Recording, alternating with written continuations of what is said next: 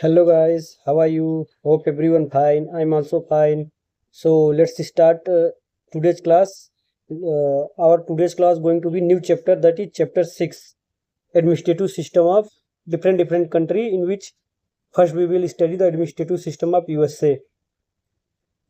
देखिए, हमने अभी तक चैप्टर 4 तक कंप्लीट किया है। तो चैप्टर 5 हमारा था accountability and control, but accountability and control हम बाद में पढ़ेंगे। पहले पढ़ेंगे चैप्टर 6, जो कि डिफरेंट कंट्रीज के हम एडमिनिस्ट्रेटिव सिस्टम को समझेंगे, फिर पढ़ेंगे अकाउंटेबिलिटी एंड कंट्रोल। सो आज का जो हमारा एडमिनिस्ट्रेटिव सिस्टम पढ़ेंगे, हम यूएसए का पढ़ेंगे।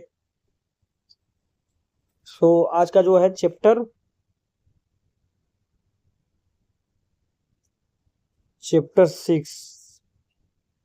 6 में हम पढ़ेंगे एडमिनिस्ट्रेटिव सिस्टम।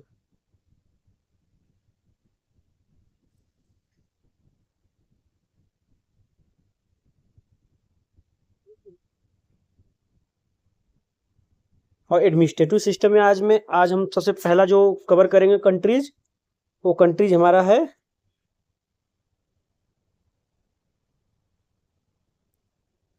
यूएसए का कवर करेंगे आज। देखिए, before studying administrative system of USA, first we have to understand the general background of the USA.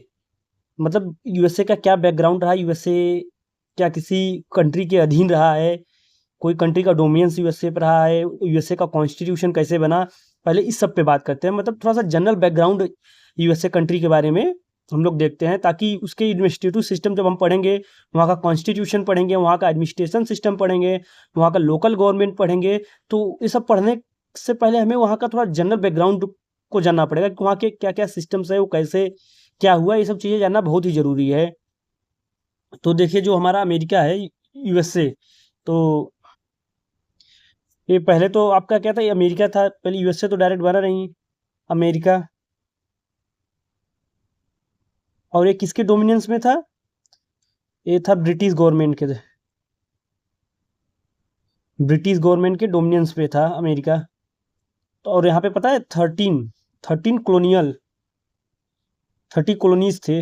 और कॉलोनीज का मतलब क्या होता है, देखिए ऐसा, मतलब कॉलोनीज का ऐसा मतलब एरिया, या आप बोल सकते हैं एरिया या कंट्री, कुछ भी बोल सकते हैं, जो कि किसी अदर कंट्री के क्या हो, पावर में हो, कंट्रोल में हो।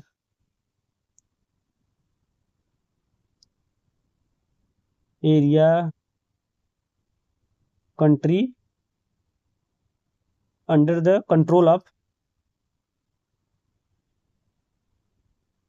अदर। तो देखिए, जो हमारा ब्रिटिश गवर्नमेंट के अंदर हमारे 13 कॉलोनीज थे। तो क्या हुआ कि इंडायरेक्टली अगर आप इन शॉर्ट में समझिए, तो जो था कि अमेरिका ब्रिटिश के कंट्रोल में था, तो वहाँ पे मतलब इनिशियली 13 कॉलोनीज थे। तो फिर क्या हुआ कि यहाँ पे जो ब्रिटिश गवर्नमेंट है, इनके पे क्या लगाने लगे यहाँ पे, मतलब कुछ अपने रूल्स रेगुलेशंस, पावर, टैक्सेशन, ये सब चीज़ें ज़्यादा करते थे। तो इससे क्या हुआ कि जो कॉलोनीज थे, इनके 13 कॉलोनीज थे, मतलब वो क्या हुए, इस सब चीज़ों से क्या हुए, परेशान हो गए। और परेशान होने के बाद क्या हुआ, एक रिवोल्ट हुआ, वार हुआ। देखिए, फिर ये सब चीज़ें जो था कि उनका मोनोपोली नहीं हो पाता था, वो ब्रिटिश गवर्नमेंट के कंट्रोल में थे। वो कॉलोनीज जो थे, उनको क्या बोलते थे, हम ब्रिटिश कॉलोनीज बोलते थे, जो अमेरिका में थे। बट क्या थे, देखिए वो सब कॉलोनीज बहुत ही मतलब क्या थे, प्रोस्परस थे, बहुत ही मतलब ग्रोइंग टाइप के थे। वहाँ का अपना रूल्स रेगुलेशन सब कुछ अच्छा था, बट कंट्रोल किसका था, ब्रिटिश के था। और ब्रिटिश क्या करती थी, उन पे टैक्स वगैरह, टैक्सेशन, ये सब चीज़ें क्या होती थी, लगाती थी। वो अपना मतलब रूल्स रेगुलेशन उनको थोपती थी। तो इससे क्या हुआ, जो कॉलोनीज थे बहुत ज़्यादा डिस्टर्बेंस हुए, मतलब उनको क्या हुआ, बर्डन बहुत ज़्यादा हुआ, परेशान हुए। और कॉन्सिक्वेंसली क्या हुआ, एक रिवोल्यूशन हुआ। और उसी रिवोल्यूशन को हम क्या बोलते हैं, अमेरिकन रिवोल्यूशन। एक रिवोल्यूशन हुआ, उसको हम क्या बोलते हैं, दी American revolution.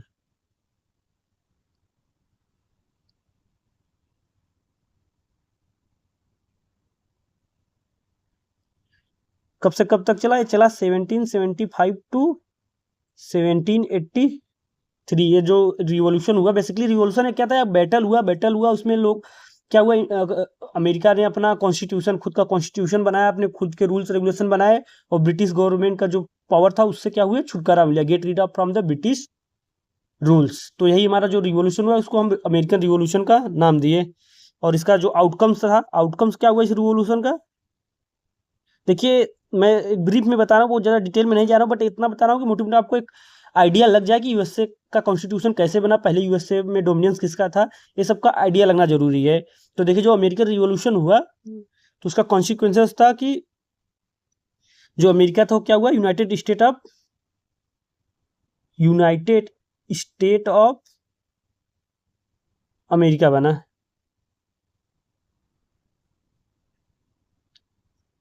As an independent nation.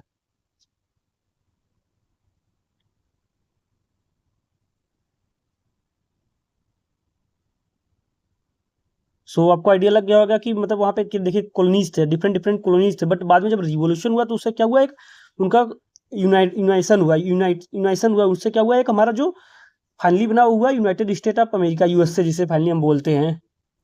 अब देखिए ये रिवॉल्यूशन तो हुआ, बेसिकली इसके क्या एनालिटिकल थोड़ा पढ़ते हैं कि इसके क्या क्या कॉज रहे, रीजन क्या क्या रहे हैं इस रिवॉल्यूशन के। सो जैसा हम देखते हैं कि इस रिवॉल्यूशन के cause of revolution,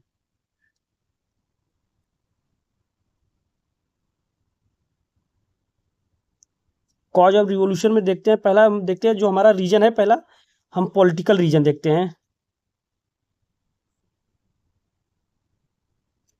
political causes देखो, पॉलिटिकल कॉजेस में क्या थे, जैसे कि lack of representation in the British parliament. देखिए अब हमारे तो जो 13 ब्रिटिश कॉलोनीज थे वो तो बेसिकली क्या थे, अमेरिकन थे सारे वो एरियाज, बट वो किसके कंट्रोल में थे, ब्रिटिश के कंट्रोल में थे। तो जो ब्रिटिश पार्लियामेंट था वहाँ पे उनका कोई भी रिप्रेजेंटेशन नहीं था, मतलब वो अपने मन की चीज़ें वहाँ पे नहीं रख सकते थे, अपने अकॉर्डिंग रूल रेगुलेशन नहीं बना सकते थे। तो पार्लियामेंट, ब्रिटिश पार्लियामेंट जो बनाता था उसी को लोग क्या करते थे, इम्प्लीमेंट करते थे। तो इससे देखिए अगर आप अपने घर में हो, आप सब कुछ हो, संपन्न हो, प्रॉस्परस हो, हर एक चीज़ आपको हो, आप कैपेबल हो, बट आपको कोई और रूल रेगुलेशन बना के दे, उसके अकॉर्डिंग आपको चलना हो तो आपको बहुत मुश्किल होगा। तो यही क्या चीज़ हुआ यहाँ, इनके साथ भी यही हुआ कि वो तो बड़े कैपेबल कॉलोनीज थे जो 13 थे, बट उनका क्या था, रूल रेगुलेशन ब्रिटिश का था। तो इससे क्या हुआ, उनका रिवोल्ट हुआ। तो पहला तो कॉज हमारा पॉलिटिकल कॉज हुआ। पॉलिटिकल कॉज में no representation, no representation in British parliament.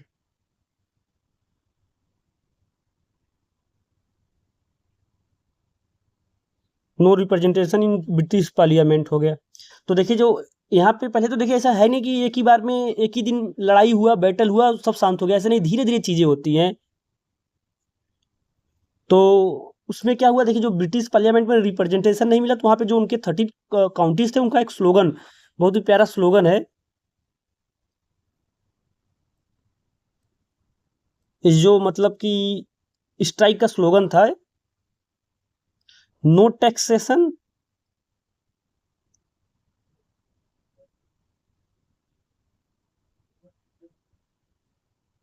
Without representation.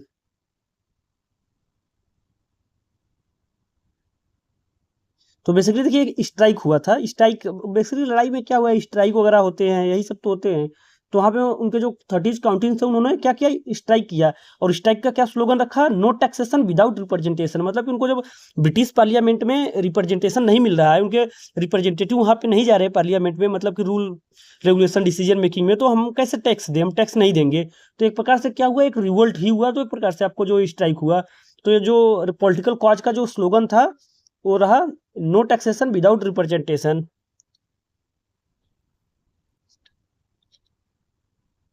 एक तो ये रीजन हो गया, हमारा रिप्रेजेंटेशन नहीं था।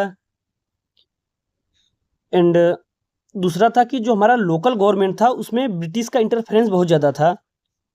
जो लोकल गवर्नमेंट थे हमारे अमेरिकन के, जो छोटे छोटे सिटीज़ थे, अर्बन एरियाज थे, उनमें उनके जो सेल्फ डिसीजन मेकिंग में क्या होता था, ब्रिटिश गवर्नमेंट का बहुत ज़्यादा इंटरफेरेंस था। तो इससे भी क्या हुआ, एक हमारा कॉज मिला, पॉलिटिकल कॉज मिला किसका, रिवोल्यूशन का, ब्रिटिश इंटरफेरेंस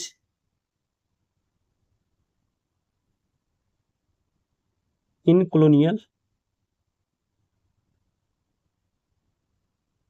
सेल्फ गवर्नेंस। देखिए सब पॉइंट टू पॉइंट आपको बता रहा हूँ, और थोड़ा बहुत आपको आइडिया अच्छा से लग जाना चाहिए कि क्या, क्योंकि जो आगे जब हम पढ़ेंगे ब्रिटिश एडमिनिस्ट्रेशन, तो वहाँ पे क्या होते हैं, पार्लियामेंट क्या है वहाँ का, पार्लियामेंट में कौन कौन से हाउसेस होते हैं, क्या ये सब चीज़ें पढ़ने में आपको बहुत अच्छा हेल्प करेगा। ये सब ये चीज़ें, ये क्या है, बैकग्राउंड है, आपको क्यूरियोसिटी जगाएगा कि वहाँ की चीज़ें के लिए जाने हम। बेसिकली क्या होता है कि जब हम स्टोरी फॉर्म में पढ़ते हैं और थोड़े बहुत पढ़ते हैं पॉइंट वाइज, तो हमें क्या होगा, क्यूरियोसिटी जगती है, तो हम थोड़ा और डीप में पढ़ने की कोशिश करते हैं। तो अभी मैं जस्ट आपको एक आइडिया, जनरल बैकग्राउंड दे रहा हूँ कि यूएसए का कॉन्स्टिट्यूशन कैसे बना, यूएसए में एडमिनिस्ट्रेशन कैसे कैसे डेवलप हुआ, वो सब चीज़ें देखिए आपको पता लग गया हो, क्योंकि वहाँ के जो लोकल गवर्नमेंट्स में क्या हुआ, ब्रिटिश इंटरफेरेंस था, तो वहाँ पे लोगों को क्या हुआ, मतलब गुस्सा आया, तो इससे क्या हुआ, उन्होंने स्ट्राइक किया, उसमें उन्होंने स्लोगन दिया, नो टैक्सेशन विदाउट रिप्रेजेंटेशन। ये तो हमारा पॉलिटिकल कॉज रहा। अब थोड़ा इकोनॉमिकल कॉज देखते हैं, इकोनॉमिक कॉजेस। अब देखिए इकोनॉमिक कॉजेस में क्या है, heavy tax impose by Britain. देखिए पहला क्या था, heavy tax.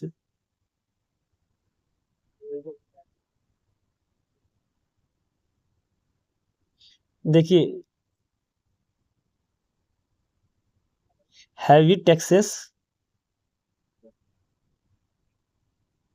Imposed by Britain, British government यही है। तो देखिए हैवी टैक्स क्या, अगर आप कमाओ अच्छे से, बट मेहनत आपका हो, सब कुछ हो, बट अगर थर्ड पार्टी क्या करे, आप पे ज़्यादा टैक्स लगाए, मतलब बस केवल इस प्रकार से कि वो आपको गवर्न करना है, आपके ऊपर रूल कर रहा है, इसके लिए वो टैक्स लगा रहा है, तो बेसिकली क्या होगा, आपको कहीं ना कहीं से आपको इन्फेरियर फील होगा, तो कहीं ना कहीं आपके क्या होगा, गुस्सा आएगा, लड़ाई वगैरह का मतलब रिवोल्यूशन होगा। तो देखिए कि ये भी रीजन रहा कि heavy tax impose by the Britain. इसके रेफरेंस में आपके आते हैं कुछ एक्ट्स वगैरह हैं, स्टैम्प एक्ट, ये सब देखिए। अभी बस मैं जस्ट ब्रीफ में बता रहा हूँ, अगर आपको ज़्यादा जानना है इस सब के बारे में तो गूगल वगैरह कर लीजिएगा, ताकि क्योंकि अगर मैं इसमें सब एक एक चीज़ बताऊंगा तो बहुत ज़्यादा लंबा वीडियो हो जाएगा, क्योंकि ये थोड़े बड़े टॉपिक्स हैं। तो ये सब देखिए, जो एक थे स्टैम्प एक्ट, इस सब के तहत क्या हुआ था, उनको टैक्स ज़्यादा लगाया गया था। जस्ट मैं आपको ब्रीफ आइडिया दे दे रहा हूँ, अगर आपको डीप में जानना है तो इसको गूगल कर लीजिएगा, बाकी आपके सिलेबस में सब नहीं है। अभी जो आगे मैं पढ़ाऊंगा, बेसिकली आपके सिलेबस में तीन चीज़ें हैं यूएस एडमिनिस्ट्रेशन को लेके। पहला तो है यूएस का कॉन्स्टिट्यूशन एंड एडमिनिस्ट्रेशन, सेकंड है civil services in USA, and third है लोकल गवर्नमेंट इन यूएसए। बस इतना ही है, बहुत ज़्यादा नहीं पढ़ना है, बट मैं आपको ताकि एक आइडिया हो आपको, एक कि आप कंफ्यूज ना हो, आपको हमेशा याद रहे, तो उसके लिए ये सब चीज़ें बता रहा हूँ। तो आप ज़्यादा मतलब वो डाउट में ना रहे कि ये सब चीज़ें, स्टैम्प एक्ट क्या है, ये सब चीज़ें बता, ये इतना पता चले कि जो इकोनॉमिक कॉजेस था उसमें क्या हुआ, टैक्स लगाया था ब्रिटिश गवर्नमेंट ने जो कॉलोनीज थे उन पे टैक्स, हैवी टैक्स इम्पोज किया था through this tax act. Second one is Downsend act, sorry, Townshend act, Townshend 1767, tea act 1773। And देखिए तो हैवी इम्पोज टैक्स इम्पोज किए थे, and restriction on trade, trade वगैरह पे भी रेस्ट्रिक्शन लगा दिए थे, रिस्ट्रिक्शन ऑन ट्रेड। तो ये सब क्या थे, हमारे इकोनॉमिकल कॉज थे किसके, अमेरिकन रिवॉल्यूशन के। एंड थर्ड देखिए, अब सोशल कॉज थोड़ा सा देखते हैं, पॉलिटिकल देख लिया, इकोनॉमिक देख लिया, थोड़ा सोशल कॉज देखते हैं।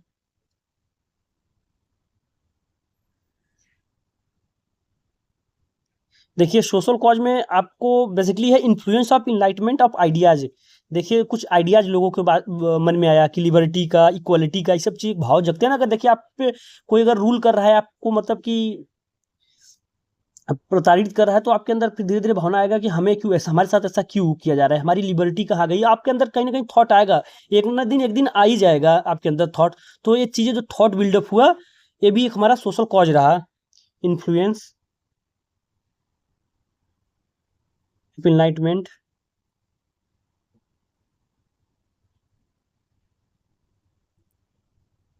Of ideas like liberty,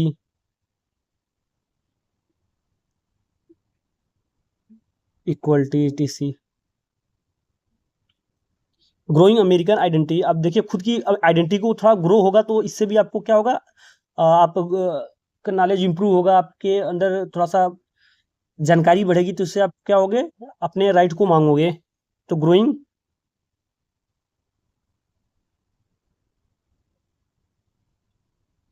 American identity and कुछ थिंकर्स के जो राइटिंग्स वगैरह आर्टिकल्स पब्लिश करते थे वो भी बहुत ज़्यादा इम्पैक्ट डालता है माइंड पे। So writing of thinkers.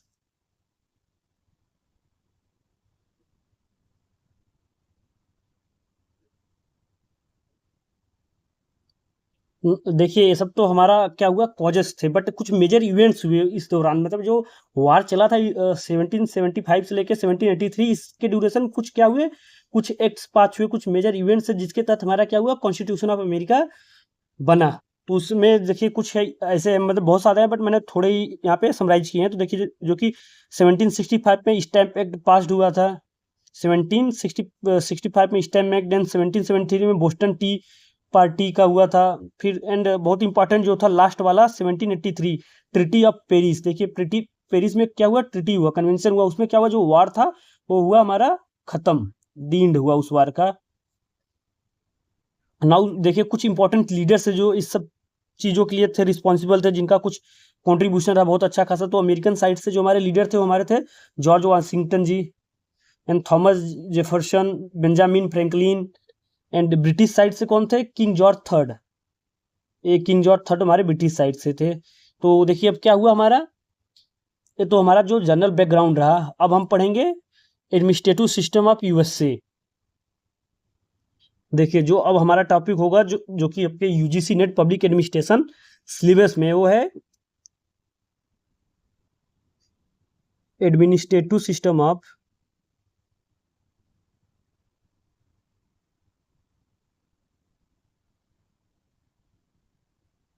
USA. देखिए एडमिनिस्ट्रेटिव सिस्टम ऑफ यूएसए। सो देखिए जो administrative system of USA topic आपके सब्जेक्ट के अकॉर्डिंग यहाँ पे हम 3 हेड्स में पढ़ेंगे। 3 हेड्स में बेसिकली पहला हेड्स है आपका, देखिए first head, second head and third head. Basically 3 head में पढ़ेंगे, तो उसमें देख लीजिए, ताकि देखिए पढ़ने से ज़्यादा आपको क्या क्या सिलेबस है, क्या क्या टॉपिक है, वो पता होना बहुत ही ज़रूरी है। अदरवाइज आप क्या करेंगे, पढ़ किसी और डायरेक्शन में रहे हैं, एग्जाम में कोई किसी और डायरेक्शन में आ रहा है। तो आपका अगर यूजीसी नेट लेवल का है तो उस यूजीसी नेट लेवल में क्या क्या टॉपिक है, और उसमें थोड़ा सा प्रीवियस ईयर क्वेश्चन को भी देखना पड़ता है, ताकि रेफरेंस मिल जाए कि कितना लेवल का हमारा किस डीप लेवल में आ रहा है एग्जाम में। तो ये सब चीज़ ज़रूरी है बहुत, क्योंकि स्मार्ट स्टडी करना है। ऐसा है कि नहीं आपके पास बहुत टाइम है, 2-4 साल पढ़ना है कि नेट का ही तैयारी करना है। नहीं, नेट की तैयारी के लिए मैक्सिमम 5 महीने 6 महीने, अगर थोड़ा स्लो मोशन में चले हैं तो साल भर से ज़्यादा नहीं। इससे ज़्यादा अगर टाइम लग रहा है तो मतलब कहीं ना कहीं कुछ गड़बड़ है। तो देखिए पहला हेड्स है अमेरिकन कॉन्स्टिट्यूशन एंड गवर्नमेंट। जो हम पहला हेड्स पढ़ेंगे वो है हमारा अमेरिकन कॉन्स्टिट्यूशन एंड गवर्नमेंट। सो जो पहला हमारा टॉपिक होगा वो अमेरिकन कॉन्स्टिट्यूशन और गवर्नमेंट के बारे में होगा, डीप में, कि अमेरिका का कॉन्स्टिट्यूशन कैसा है, उसे कॉन्स्टिट्यूशन के फीचर्स और वहाँ के जो लेजिस्लेटिव, एग्जीक्यूटिव, जुडिशरी बॉडीज है उसके बारे में पढ़ेंगे, और थोड़ा सा वहाँ के प्रेसिडेंट के बारे में पढ़ेंगे। तो ज़्यादा कुछ नहीं, इतना ही होगा। और जो सेकेंड हेड हमारा आएगा वो आएगा आपका अमेरिकन सिविल सर्विसेज। अमेरिकन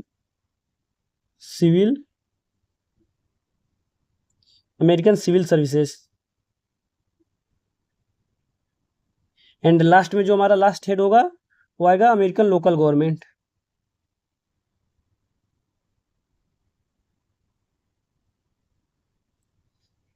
तो देखिए जो हेड्स होंगे आपके, ये तीनों हेड, ये सारे जितने भी कंट्रीज का हम एडमिनिस्ट्रेटिव सिस्टम पढ़ेंगे उसमें सब में सेम यही रहेगा। ये बेसिकली 3 चीज़ों पे हम फोकस करेंगे। देखिए आपके जो सिलेबस में है यूजीसी नेट में, वो है यूएसए का एडमिनिस्ट्रेटिव सिस्टम, एंड यूके मतलब ब्रिटेन का administrative system, Japan and Russia का। तो उसमें सब में हमारा एक कॉमन हेड्स रहेगा, मतलब कि जो हम वहाँ के एडमिनिस्ट्रेशन सिस्टम में पढ़ेंगे, इन्हीं 3 टॉपिक पे हम क्या करेंगे, फोकस करेंगे, कॉन्स्टिट्यूशन पे, सिविल सर्विसेज पे एंड लोकल गवर्नमेंट पे। ठीक, सो स्टार्ट करते हैं। हमारा पहला head American constitution and government. देखिए इसमें बहुत ज़्यादा एक्सप्लेनेशन की जरूरत नहीं है, ये सब चीज़ें फैक्चुअल है, क्योंकि इसमें मैक्सिमम डेट्स और क्या उसके कॉन्सिक्वेंसेस है वो देखना है। तो इसमें ज़्यादा एक्सप्लेनेशन नहीं है, बट इसमें पॉइंट ज़्यादा है, पॉइंट्स टू पॉइंट ज़्यादा है इसमें। तो पहला जो हम पढ़ते हैं, अमेरिकन कॉन्स्टिट्यूशन एंड गवर्नमेंट।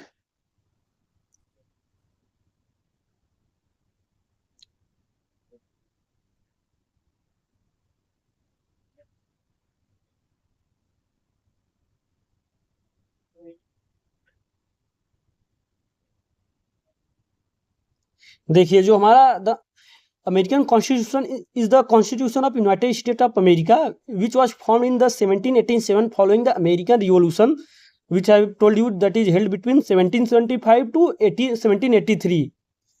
देखिए जो आपका अमेरिकन कॉन्स्टिट्यूशन है वो है constitution of United State of America. देखिए पहले तो हमारा अमेरिका था, फिर क्या हुआ, वो इंडिपेंडेंट हुआ, तो उसको फिर बाद में जितने 13 ब्रिटिश कॉलोनीज थे उनको क्या हुआ, उनका उनको यूनाइट हुआ। उसके बाद हमारा क्या बना, constitution of America, USA, United State of America. तो देखिए जो अब इसमें हम पॉइंट्स टू पॉइंट बात करेंगे, क्योंकि देखिए इसमें ज़्यादा एक्सप्लेनेशन नहीं है, तो बट क्या है, चीज़ें जो फैक्ट्स हैं उनको पता होना जरूरी है। तो एक एक करके मैं आप लिखता जाऊंगा। देखिए जो पहला हमारा पॉइंट होने वाला है वो है कि the constitution of USA was formed in, देखिए मैं शॉर्ट में लिखूंगा, कॉन्स्टिट्यूशन ऑफ यूएसए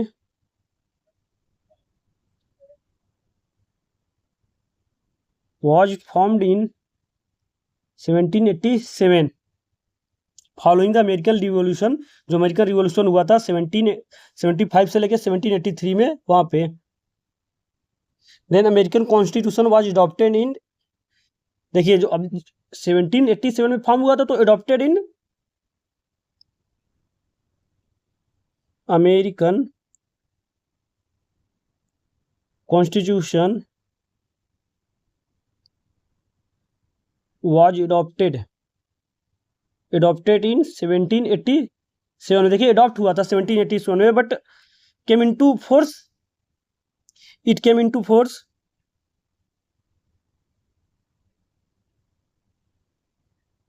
1789। देखिए सब पॉइंट इंपॉर्टेंट है कि 1787 में, 1787 में क्या हुआ था, अडॉप्ट किया था, बट केम इनटू फोर्स 1789 में। तो हमारा क्या था, थोड़ा सा ब्रीफ था कॉन्स्टिट्यूशन के बारे में। Now will see the features of American constitution. Now see the features of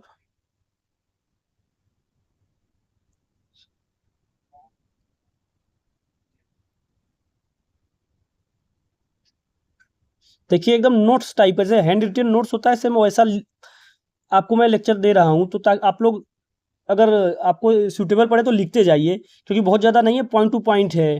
तो आपको क्या होगा, एक आइडिया मिलेगा। कभी भी अगर आप अपना नोट्स उठाएंगे तो कम टाइम में ज़्यादा चीज़ें आप क्या करेंगे, कवर कर लेंगे। तो आपको अगर लिखना है तो लिख सकते हो साथ साथ। सो देखिए जो हम फर्स्ट फीचर्स की बात करने वाले हैं वो हमारा है कि अमेरिकन कॉन्स्टिट्यूशन क्या है, रिटन कॉन्स्टिट्यूशन है। ये सब चीज़ें देखो आपको ज़्यादा इसमें एक्सप्लेनेशन की जरूरत नहीं है, बट है कि जैसे अमेरिकन कॉन्स्टिट्यूशन क्या है, रिटन कॉन्स्टिट्यूशन। अमेरिकन कॉन्स्टिट्यूशन क्या है, रिटन कॉन्स्टिट्यूशन। एंड जो वहाँ का अमेरिकन कॉन्स्टिट्यूशन है सबसे क्या है, ओल्डेस्ट कॉन्स्टिट्यूशन है, किसमें, रिटन कॉन्स्टिट्यूशन में। जितने भी हमारे वर्ल्ड में रिटन कॉन्स्टिट्यूशन है उसमें क्या है, सबसे ओल्डेस्ट है, ओल्डेस्ट रिटन कॉन्स्टिट्यूशन। देखिए जो रिटन कॉन्स्टिट्यूशन है उसमें क्या है, ओल्डेस्ट है। और क्या है, ये 12 पेज, ये बेसिकली क्या है, 12 पेज डॉक्यूमेंट है, 12 पेज डॉक्यूमेंट कंसिस्टिंग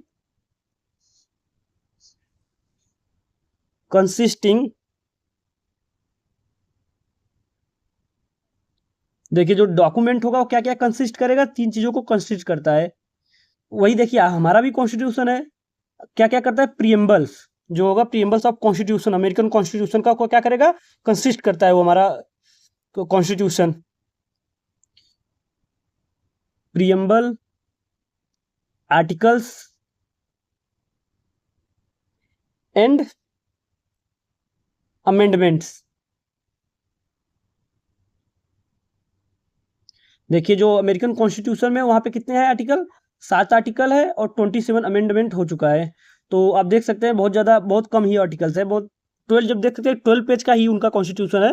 तो जाहिर सी बात है बहुत आर्टिकल कम है, अमेंडमेंट बहुत कम बार अमेंड हुआ है। तो हमारा क्या है,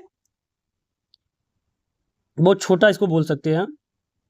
देखिए ये तो हमारा क्या हुआ, कॉन्स्टिट्यूशन हुआ, इसके बेस पे वहाँ का क्या सिस्टम रन करता है। बट कुछ इस कॉन्स्टिट्यूशन के बाद भी कुछ ऐसे चीजें हैं जिस पे क्या होगा, हमारा ऑर्गेनाइजेशन गवर्नमेंट रन करेगा। वो क्या है, some other features,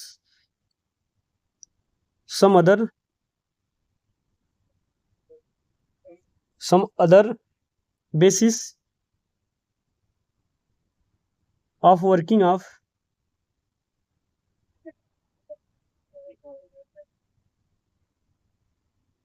they are as follow.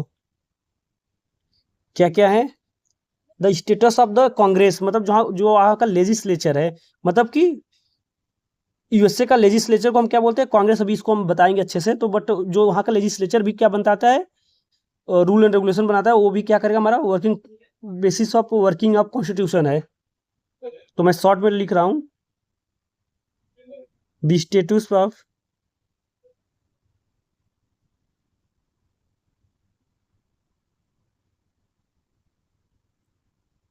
Congress. देखिए कांग्रेस क्या है, यूएसए का लेजिस्लेचर है। अपने यहाँ पार्लिया जिसको बोलते हैं पार्लियामेंट, यहाँ पे क्या बोलते हैं, कांग्रेस बोलते हैं। An order issued by the president, ये सब चीजें क्या है, कॉन्स्टिट्यूशन का वर्किंग बेसिस है। Order issued by the president,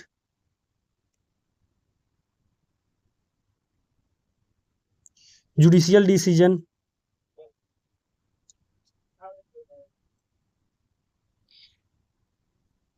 political convention. और जो पॉलिटिकल कन्वेंशन हो गया वो भी क्या करेगा, वर्किंग कंडीशन को रन करने के लिए जरूरी है।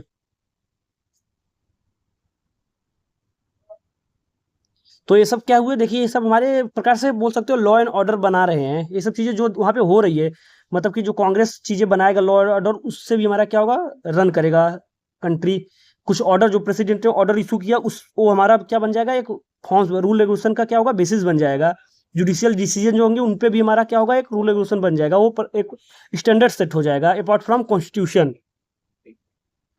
एंड सेकेंड पॉइंट इज, अब देख सकते हो अगर हमारा जो अमेरिकन कॉन्स्टिट्यूशन है, अभी तक 27 बार अमेंडमेंट हो सकता हुआ है। तो इससे आप बोल सकते हो कि जो हमारा अमेरिकन कॉन्स्टिट्यूशन है वो बहुत ही रिजिड है। क्यों, क्योंकि अमेंडमेंट बहुत कम हो रहा है, क्योंकि मतलब जो एक बार बन गए हैं रूल्स वही चल रहे हैं। तो इससे क्या हुआ, रिजिड बहुत ज़्यादा हुआ। तो सेकेंड बोल सकते हो कि रिजिड, रिजिड कॉन्स्टिट्यूशन है।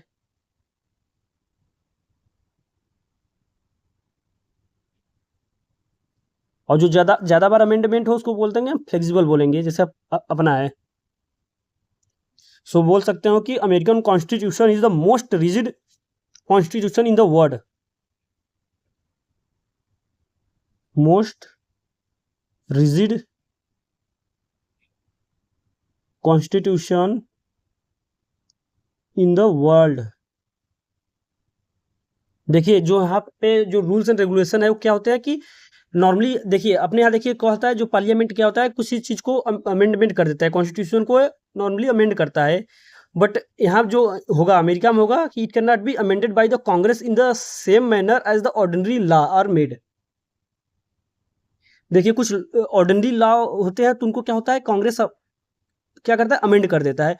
बट जो एक कॉन्स्टिट्यूशन में कुछ जो रूल्स एंड रेगुलेशन है उसको क्या करेगा, कांग्रेस उन ऑर्डिनरी लॉ के अकॉर्डिंग क्या करेगा, अमेंड नहीं कर सकता। इसीलिए क्या है, अभी तक बहुत कम बार अमेंड किया जा चुका है। So write down the point, it can not be, it can not be amended by the Congress in the same manner as the ordinary law,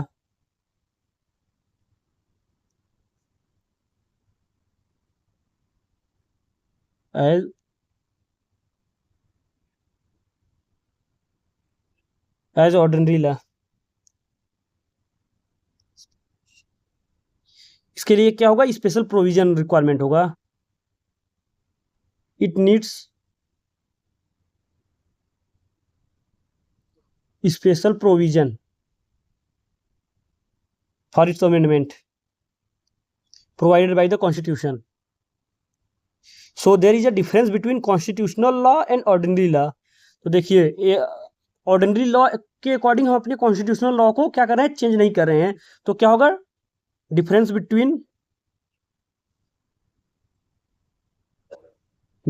between constitutional law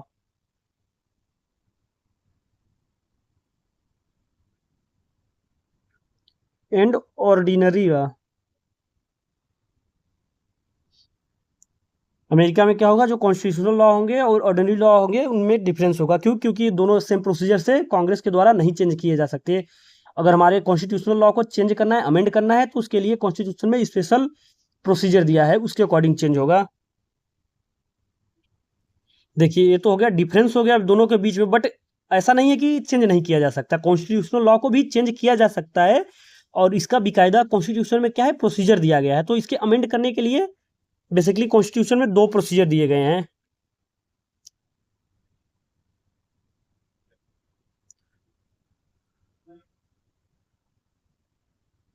following to procedure for its amendment. तो देखिए दो procedure में पहला procedure क्या है, देखिए जो पहला प्रोसीजर उसमें क्या होगा कि जो an amendment can be propose by 2/3 vote of the both the houses of the Congress. देखिए जो अपने पार्लियामेंट के दोनों हाउस क्या करते हैं, वो प्रपोज करते हैं, जो भी अमेंडमेंट होगा प्रपोज करेंगे. तो यहाँ पे जो होगा कांग्रेस के दोनों हाउस होंगे, वो क्या करेंगे, प्रपोज करेंगे. तो होगा an amendment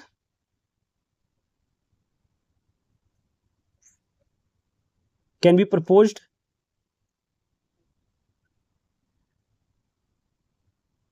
by 2/3 votes of, देखिए 2/3 vote of both the houses of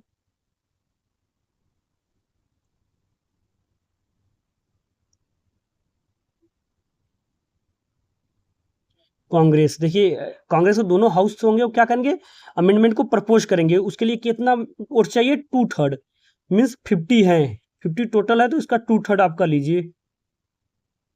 इतने क्या हुआ, वोट चाहिए अमेंडमेंट को प्रपोज करने के लिए. But ratified by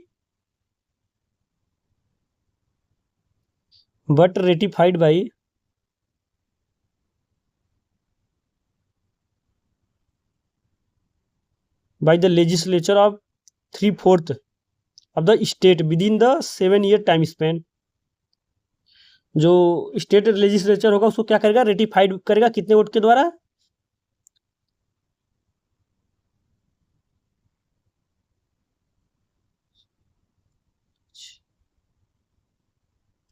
of 3/4.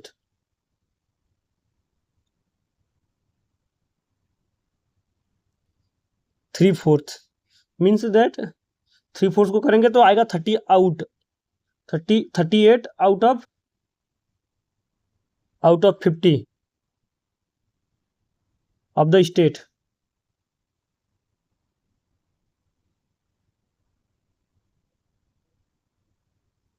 Within a 7-year time Spain.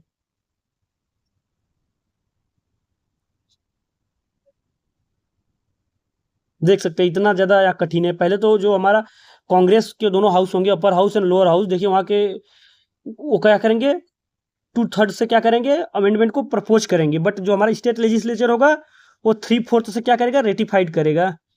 तो 3/4 होगा तो 38 आएगा आउट ऑफ 50. तो ये होगा तब जाके हमारा वो अमेंडमेंट होगा. एंड सेकेंड पॉइंट है, सेकेंड मेथड मतलब जो है कि an amendment can be propose by the constitutional convention called by the Congress on the petition of 2/3. मतलब 2/3 मतलब 34 out of 50 of the state legislature. देखिए पहले तो जो हमारा एक क्या कन्वेंशन होगा, कॉन्स्टिट्यूशनल कन्वेंशन, जो कि हमारा कांग्रेस क्या करेगा, पिटीशन करेगा. क्या करेगा, कांग्रेस एक पिटीशन डालेगा.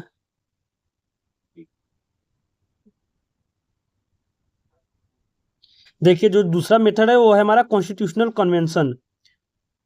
कॉन्स्टिट्यूशनल कन्वेंशन के द्वारा। और एक कॉन्स्टिट्यूशनल कन्वेंशन क्या होता है, देखिए बेसिकली क्या होगा, जो स्टेट लेजिस्लेचर होंगे, स्टेट लेजिस्लेचर क्या करेगा, पिटीशन डालेगा। स्टेट लेजिस्लेचर पिटीशन कितने से डालेगा, टू थर्ड। टू थर्ड अपने जो भी वोट से क्या करेगा, पिटीशन डालेगा। टू थर्ड वोट्स मतलब कि 34 से। फिर उस पिटीशन को क्या करेगा हमारा स्टेट लेजिस्लेचर, क्या करेगा 3/4 से रेटिफाइड करेगा, पास करेगा। रेटिफाइड बाई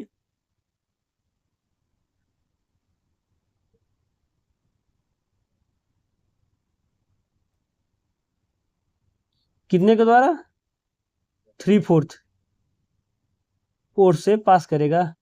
और इसी को क्या करे बोलते हैं कांग्रेस, पिटीशन बोलते हैं, पिटीशन। मतलब इसको बोलेंगे कॉन्स्टिट्यूशनल कन्वेंशन। इस पूरे प्रोसेस को कॉन्स्टिट्यूशनल कन्वेंशन हुआ, जो हमारा ये स्टेट लेजिस्लेचर 2/3 से वोट करेंगे, इसको बोलते हैं पिटीशन। ये पिटीशन डालेंगे किसको, कांग्रेस को। फिर उसका क्या होगा, कन्वेंशनल कॉन्स्टिट्यूशनल कन्वेंशन होगा और ratified by the state legislature by 3/4, मतलब कि 38 आउट ऑफ 50 वोट से क्या होगा, वो पास होगा। तो देख सकते हैं ये इतना ज़्यादा मतलब कि डिफिकल्ट प्रोसेस है किसी भी कॉन्स्टिट्यूशनल लॉ को अमेंडमेंट करने के लिए। That's why American constitution is a most rigid constitution in the world. Next point. अब देखिए जो हमारा अमेरिकन कॉन्स्टिट्यूशन है वो क्या है, फेडरल कॉन्स्टिट्यूशन है।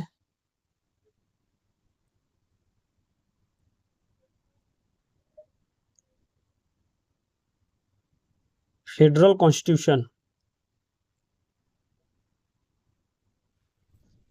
हमारा जो अमेरिकन कॉन्स्टिट्यूशन है वो फेडरल कॉन्स्टिट्यूशन है। तो फेडरल का मतलब होता है कि जो पावर होगा, अथॉरिटी होगा, वो स्टेट मतलब कि नेशनल लेवल, सॉरी, स्टेट जो हमारा होगा और सेंटर जो होगा नेशनल लेवल, दोनों के बीच क्या होगा, पावर डिवाइड होगा और दोनों की अपनी अपनी सॉवरेनिटी होगी, सुपरमेसी होगी, रूल रेगुलेशन होगा। तो हमारा इसका क्या हुआ, उसको बोलते हैं फेडरल। सो जो हमारा अमेरिकन कॉन्स्टिट्यूशन है वो है federal constitution. It is the first and oldest federal state. It is the first and oldest. देखिए सब पॉइंट एग्जाम में पूछा गया है।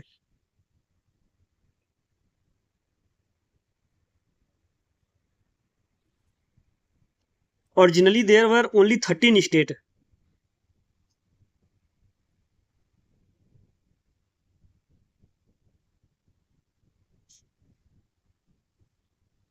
देखिए जो स्टार्ट में जब इंडिपेंडेंट नहीं था तो हमारे कितने थे, 13 कॉलोनीज थे। और क्या था, and district of Colombia.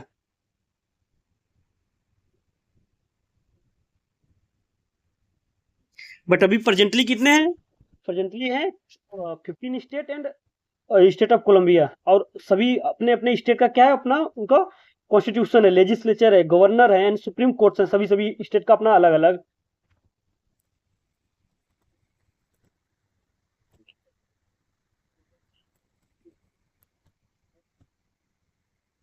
And constitution has divided the power between. अब देखिए जो फेडरल कॉन्स्टिट्यूशन का मतलब,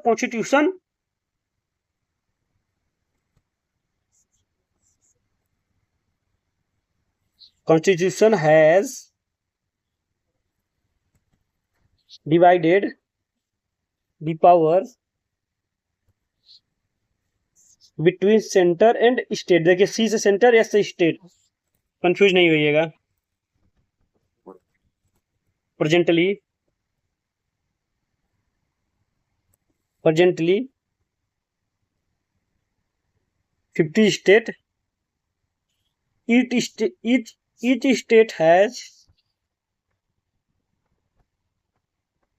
its own constitution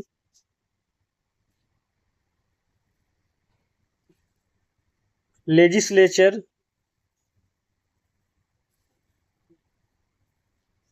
गवर्नर। देखिए अपना वहाँ सबके जो स्टेट होंगे उनका अपना लेजिस्लेचर होंगे, गवर्नर होंगे, कॉन्स्टिट्यूशन होंगे एंड सुप्रीम कोर्ट्स होंगे। तो इससे क्या हुआ, अमेरिकन कॉन्स्टिट्यूशन फेडरल कॉन्स्टिट्यूशन हुआ, फीचर्स को फुलफिल करता है। नेक्स्ट देखते हैं जो प्रेसिडेंशियल फॉर्म ऑफ गवर्नमेंट होता है।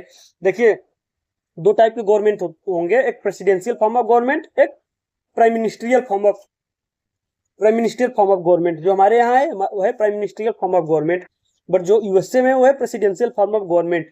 मतलब सब कुछ वहाँ पे head of state, head of government क्या होगा, प्रेसिडेंट ही होगा। मतलब सर्वे सर्वा क्या होगा, प्रेसिडेंट होगा। बट अपने यहाँ सर्वे सर्वा कौन होता है, पीएम होता है। क्यों? क्योंकि अपने यहाँ prime ministerial form of government है। अपने यहाँ जो प्रेसिडेंट होते हैं वो क्या होते हैं, नॉमिनल एग्जीक्यूटिव होते हैं। बट जो प्रेसिडेंट होगा वो क्या होगा, सॉरी, प्राइम मिनिस्टर रियल होगा। बट जो प्रेसिडेंशियल फॉर्म ऑफ गवर्नमेंट में प्रेसिडेंट क्या होगा, सब कुछ होगा, वही सर्वे सर्वा होगा। जो फीचर्स देखते हैं जो प्रेसिडेंशियल फॉर्म ऑफ गवर्नमेंट, चौथा फीचर्स है अमेरिकन कॉन्स्टिट्यूशन का, प्रेसिडेंशियल गवर्नमेंट।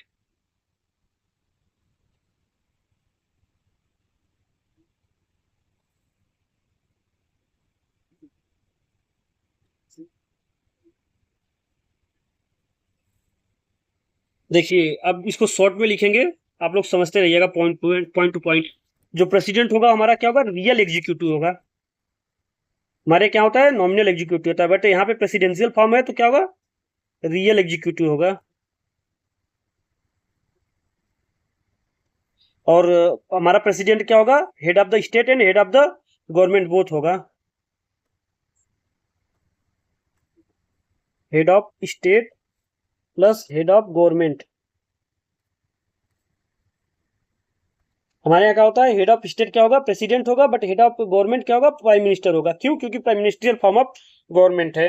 बट यूएसए में क्या होगा, दोनों रहेगा, जो प्रेसिडेंट होगा वो बोथ होगा, head of government as well as head of state. और जो प्रेसिडेंट का टेन्योर होगा वो कितना होगा, 4 इयर्स।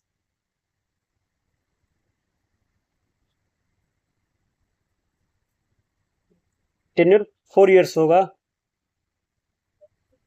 और उसका खुद का मतलब जो प्रेसिडेंट बनेगा वो अपना खुद का क्या होगा, कैबिनेट फॉर्म करेगा। और कुछ किचन कैबिनेट होंगे। अभी देखिए ये सब कैबिनेट, किचन कैबिनेट, ये सब चीजें आगे चल के आपको टॉपिक वाइज जिस जिस सिलेबस टॉपिक में आएगा चैप्टर में, उसमें मैं कवर करूंगा। बट अभी के लिए कैबिनेट होता है उसका।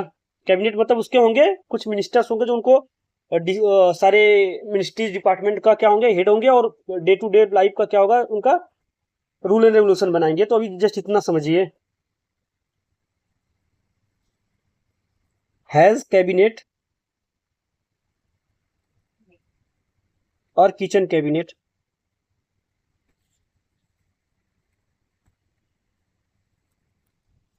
एंड और ये क्या होंगे, रिस्पॉन्सिबल नहीं होंगे कांग्रेस के, not responsible for the Congress.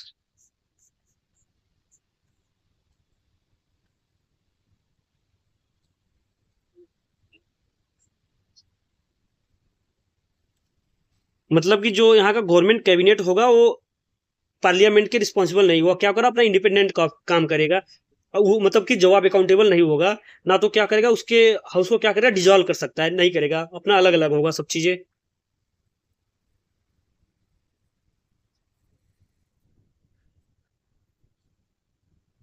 And देखिए अगला, एंड नेक्स्ट देखिए, the president can not be removed by the Congress except when impeachment for grave unconstitutional act. देखिए जो कांग्रेस होता है वहां का मतलब पार्लियामेंट यूएस का, वो प्रेसिडेंट को रिमूव नहीं कर सकता जबकि कोई मतलब कि ग्रेव अनकॉन्स्टिट्यूशनल एक्ट ना हो। The president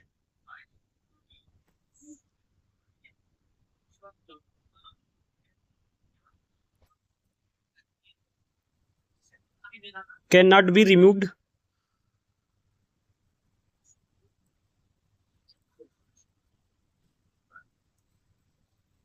bye the Congress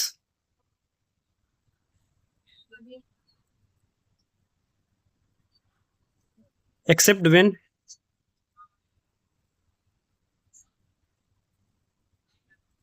impeachment for a grave unconstitutional act.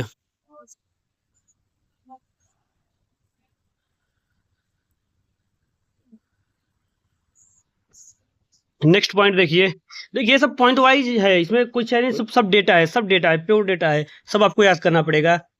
Now he can not dissolve the house of representative, can not dissolve house of representative. तो ये house of representative lower house है, lower house of Congress. जैसे अपने यहाँ lower house upper house होता है कि parliament का, वहां भी वैसे कांग्रेस उनका पार्लियामेंट है, उसका ए लोअर हाउस है, और अपर हाउस को सीनेट बोलते हैं. तो अभी वो सब अभी एक डायग्राम के थ्रू सब कुछ क्लियर करा दूंगा इजी वे में. एंड नेक्स्ट पॉइंट है, the president and his secretariat are not responsible to the Congress for their act. देखिए, नॉट रिस्पॉन्सिबल फॉर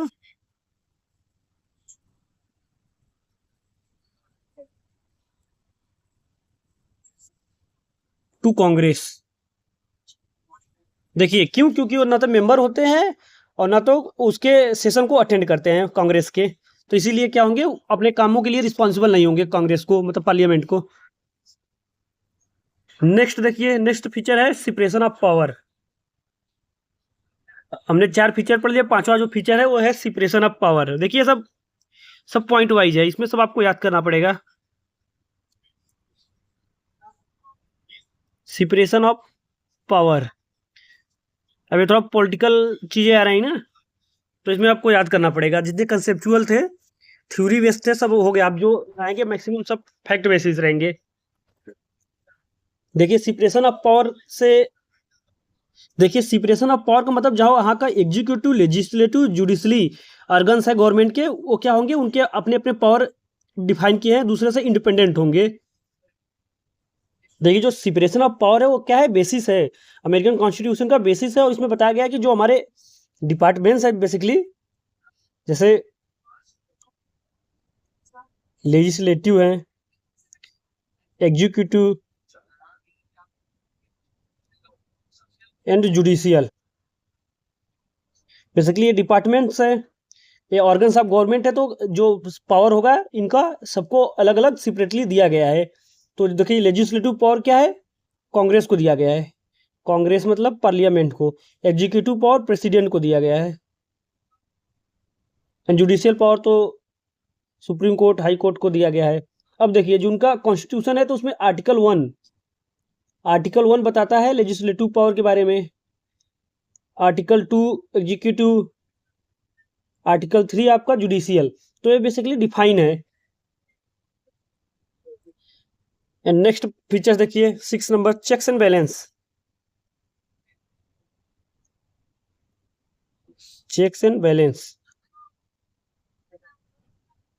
देखिए सिपरेशन ऑफ पावर तो है, बट क्या होता है उनमें जो डिपार्टमेंट्स होंगे एक दूसरे पे पार्शियल कंट्रोल कर सकते हैं, ताकि चेक्स एंड बैलेंस मेंटेन रहे, ताकि कोई अपना मतलब ऑटोक्रेसी ना आए, इरिस्पॉन्सिबल ना हो, अथॉरिटी को कोई मतलब यूज ना करे, उसको मिसयूज ना करे. इसलिए चेक्स एंड बैलेंस वहां पे कॉन्स्टिट्यूशन में दिया गया है. तो उसमें चेक्स एंड बैलेंस में क्या होगा कि पार्शियली क्या होगा, कंट्रोल कर सकते हैं. It enables each organ of the government to exercise partial, देखिए फुली नहीं, क्योंकि सिपरेशन ऑफ पावर है तो, बट चेक्स एंड बैलेंस के लिए पार्शियल कंट्रोल जरूरी है, पार्शियल कंट्रोल ऑन अदर्स.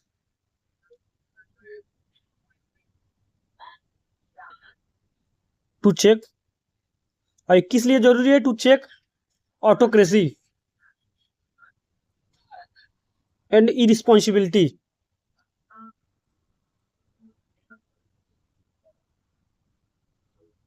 इसलिए यहाँ पे चेक्स एंड बैलेंस होना बहुत ही जरूरी है. और देखिए पॉइंट देखिए, president can veto bill pass bye the Congress. देखिए यहाँ के जो प्रेसिडेंट के पास होगा, प्रेसिडेंट के पास वीटो होता है, प्रेसिडेंट के पास क्या होता है, वीटो होता है।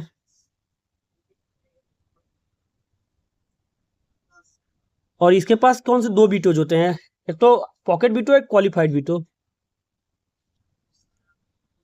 पॉकेट वीटो एंड दूसरा क्वालिफाइड वीटो। देखिए वीटो का मतलब ये है कि जो कांग्रेस कोई भी एक्ट या बिल पास करेगा तो उसको प्रेसिडेंट क्या करता है, विथहोल्ड कर सकता है, या तो उसको रिवर्ट भेज सकता है रिकंसीडर के लिए। तो अभी इसको वीटो वाले चीज को मैं अलग से बता दूंगा अच्छे से कि वीटो क्या क्या होते हैं, पॉकेट वीटो, क्वालिफाइड वीटो, सब क्या क्या है। तो बट इतना आपको पता लगना चाहिए, जो प्रेसिडेंट है यूएस के, उसके पास दो वीटो है, pocket veto and qualified veto. अब इसका मतलब है कि जो बिल कांग्रेस के द्वारा पास होगा एक्ट, बिल उसको क्या करेगा, होल्ड कर सकता है।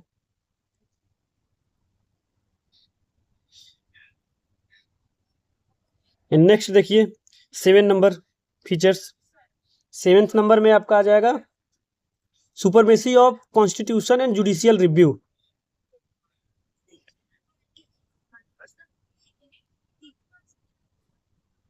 Supremacy of constitution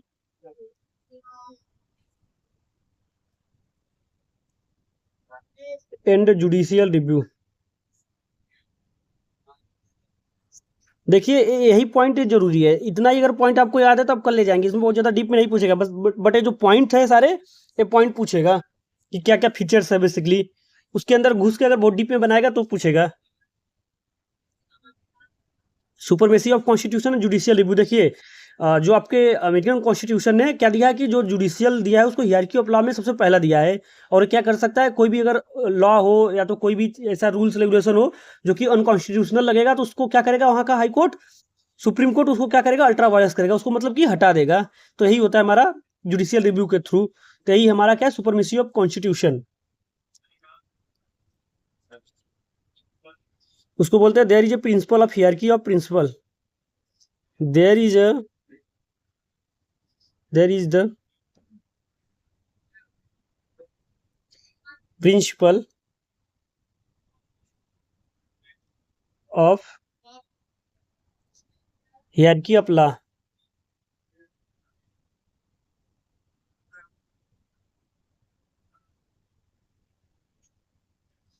the written constitution is regarded as the highest law of the land.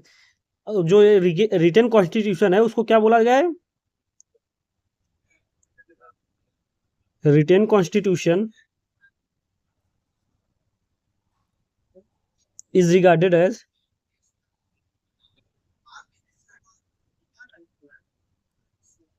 The highest law of the land.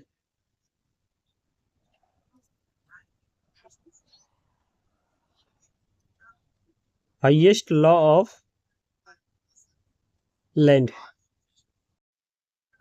तो इसका मतलब यह है कि जो लॉ अगर हम made by the constitution must followed by the Congress, if they are not follow they will declare the ultra vires, means उसको हटा देंगे। Thus the supreme court act as the custodian of the constitution through the power of judicial review. Next point है, next features. देखिए 7 हुआ है ना, 8वां देखिए। 8वां bill of right. Bill of rights. Bill of rights क्या है, जहां जो अपने यहाँ फंडामेंटल राइट्स है वही है बिल ऑफ राइट्स यहाँ पे। तो बिल ऑफ राइट्स क्या है, first constitution to carry the bill of rights. देखिए जो अमेरिकन कॉन्स्टिट्यूशन है वो पहला कॉन्स्टिट्यूशन है कि जो बिल ऑफ राइट्स को कैरी करता है। First constitution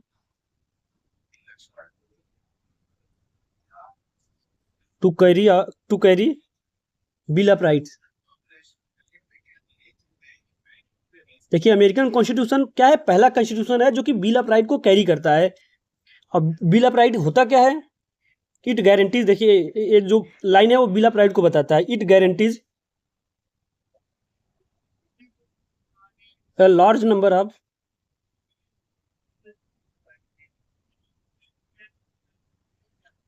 rights to its citizen। देखिए बिल ऑफ राइट बेसिकली क्या है, उसको आप फंडामेंटल राइट है, तो फंडामेंटल राइट मतलब क्या है, बिल ऑफ राइट्स क्या करेगा, ये large number of rights to the citizen को गारंटीज करेगा। उसके थ्रू क्या होगा, लोगों की लिबर्टी, इक्विटी, ये सब उनको दिया जाएगा, इसको क्या किया जाएगा, इंश्योर किया जाएगा। और ये कौन इंश्योर करेगा, सुप्रीम कोर्ट करेगा।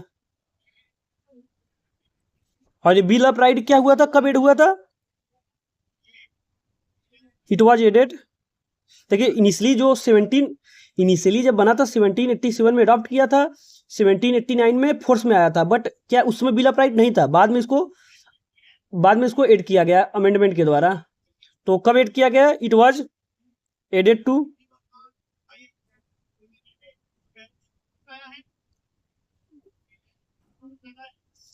द अमेरिकन कॉन्स्टिट्यूशन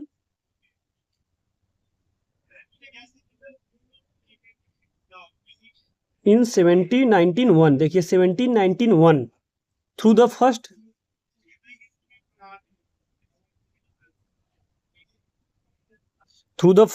10 अमेंडमेंट्स, जो पहले 10 अमेंडमेंट हुए 1791, उसी में ये बिल ऑफ राइट को ऐड किया गया है अमेरिकन कॉन्स्टिट्यूशन में।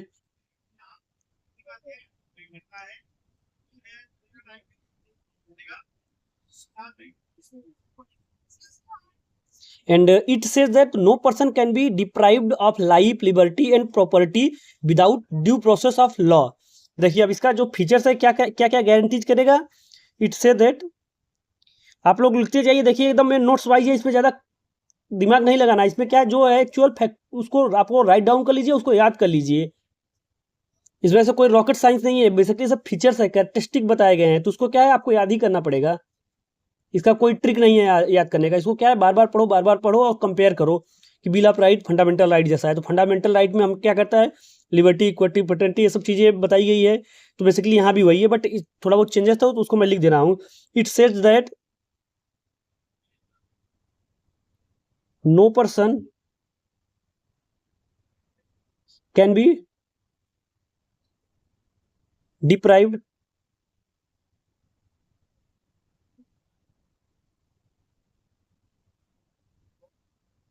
of life, liberty and property without due process of law।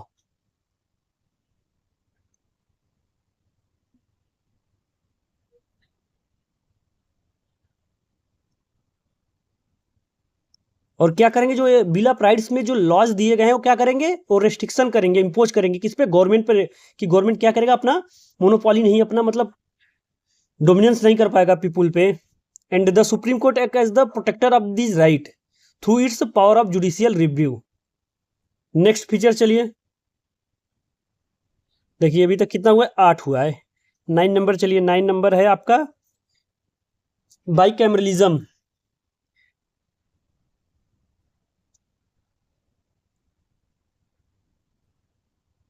Bicameralism का मतलब है कि 2 हाउसेस, यहाँ पे भी 2 हाउसेस होते हैं, 2 हाउसेस, जैसे अपने यहाँ भी हैं, क्या है, लोअर हाउस, दूसरा है अपर हाउस। लोअर हाउस क्या है, हाउस ऑफ रिप्रेजेंटेटिव,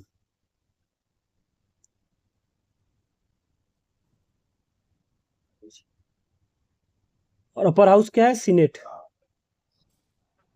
ये सब एमसीक्यूज वाले हैं, सब पॉइंट सारे एमसीक्यूज वाले हैं, और इजी फैक्चुअल एमसीक्यू है, जो कि अभी आपको इजी लग रहा होगा, कुछ नहीं है। बाई कैमरे मतलब 2 house, upper house, lower house, house of representative and senate, upper house, but अभी याद है, बट इसको आप लोग को 2 बार 4 बार याद करना पड़ेगा, otherwise you will forget at the time of exam.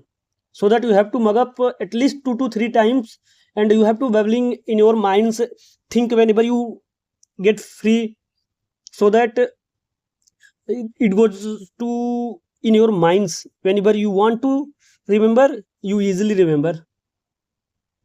अब देखिए यहाँ पे एक एक को थोड़ा सा डिस्क्राइब कर देते हैं। सो अपर हाउस पहला क्या है, सीनेट, पहला है सीनेट को लिखिए, सीनेट के बारे में जाके, सीनेट क्या है, पहले तो अपर हाउस है, अपर हाउस ऑफ कांग्रेस, ठीक। और यहाँ इसके मेंबर कितने होते हैं, इसमें होते हैं 100 मेंबर्स, देखिए ये सब पॉलिटी वाला चीजें ये सब याद करना पड़ेगा। 100 मेंबर्स होंगे। टेन्योर इनका होगा, टेन्योर 6 ईयर। देखिए सब एमसीक्यूज में आएंगे, आप लोग याद कर लीजिएगा टेन्योर। देखिए जो सीनेट है वो क्या है, more powerful chamber of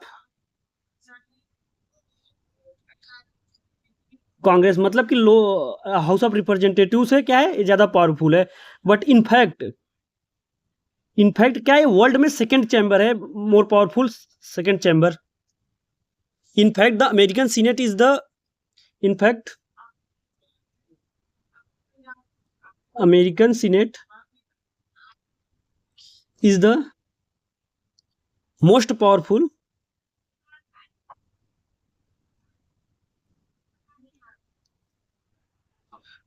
second chamber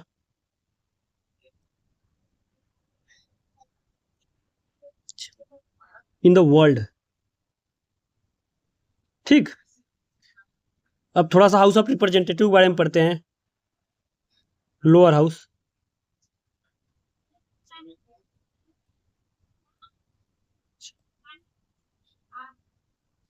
house of representative देखिए,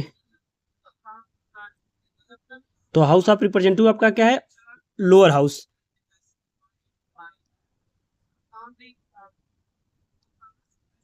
ये क्या है आपका, लोअर हाउस है,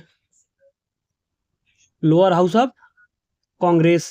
ठीक, एंड ये कितने मेंबर कंसिस्ट करता है, 435 मेंबर। ठीक, टेन्योर इसका है 2 इयर्स। 2 इयर्स के लिए क्या होते हैं, सिलेक्ट किए जाते हैं, इलेक्ट किए जाते हैं।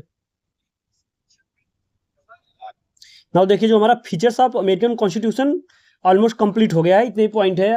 अब देखते हैं कि अब अमेरिकन प्रेसिडेंट के बारे में थोड़ा पढ़ते हैं। देखिए कॉन्स्टिट्यूशन वाले हेड का ही ये पार्ट है, तो आप पढ़ेंगे अमेरिकन प्रेसिडेंट, थोड़ा बहुत प्रेसिडेंट, क्योंकि प्रेसिडेंशियल फॉर्म ऑफ गवर्नमेंट है तो उसके प्रेसिडेंट को पढ़ना तो बहुत ही इंपॉर्टेंट है। सो अगला टॉपिक है हमारा अमेरिकन प्रेसिडेंट।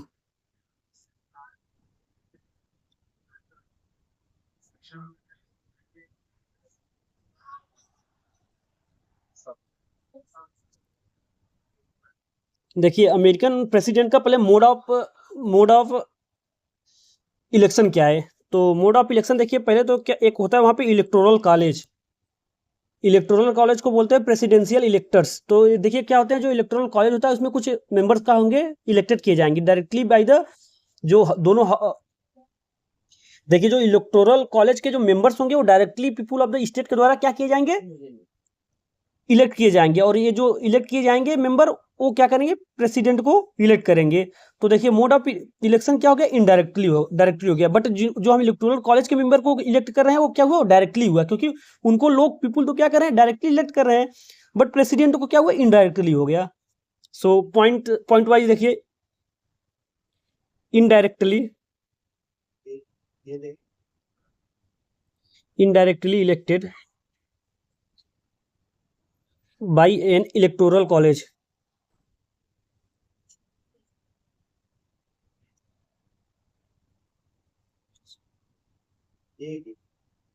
एंड देखिए और जो मेंबर होंगे, मेंबर ऑफ इलेक्टोरल कॉलेज क्या होंगे, members of this college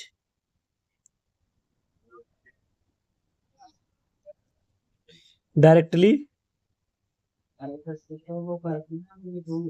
elected by people of state.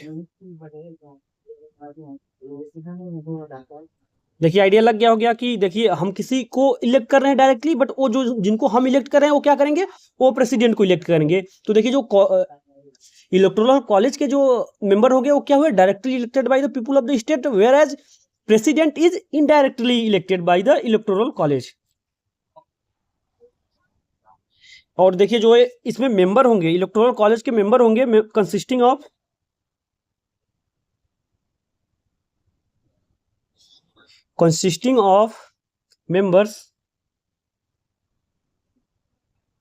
members equal to the both houses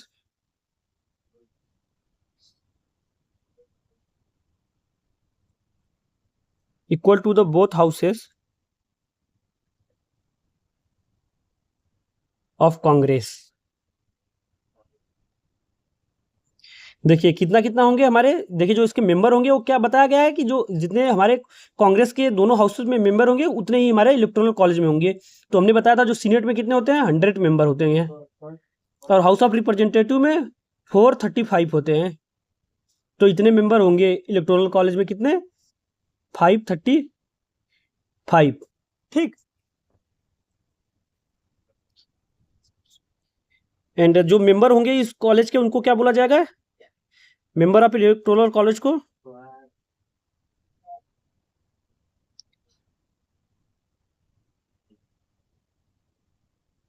presidential इलेक्टर बोलते हैं, उनको प्रेसिडेंशियल इलेक्टर।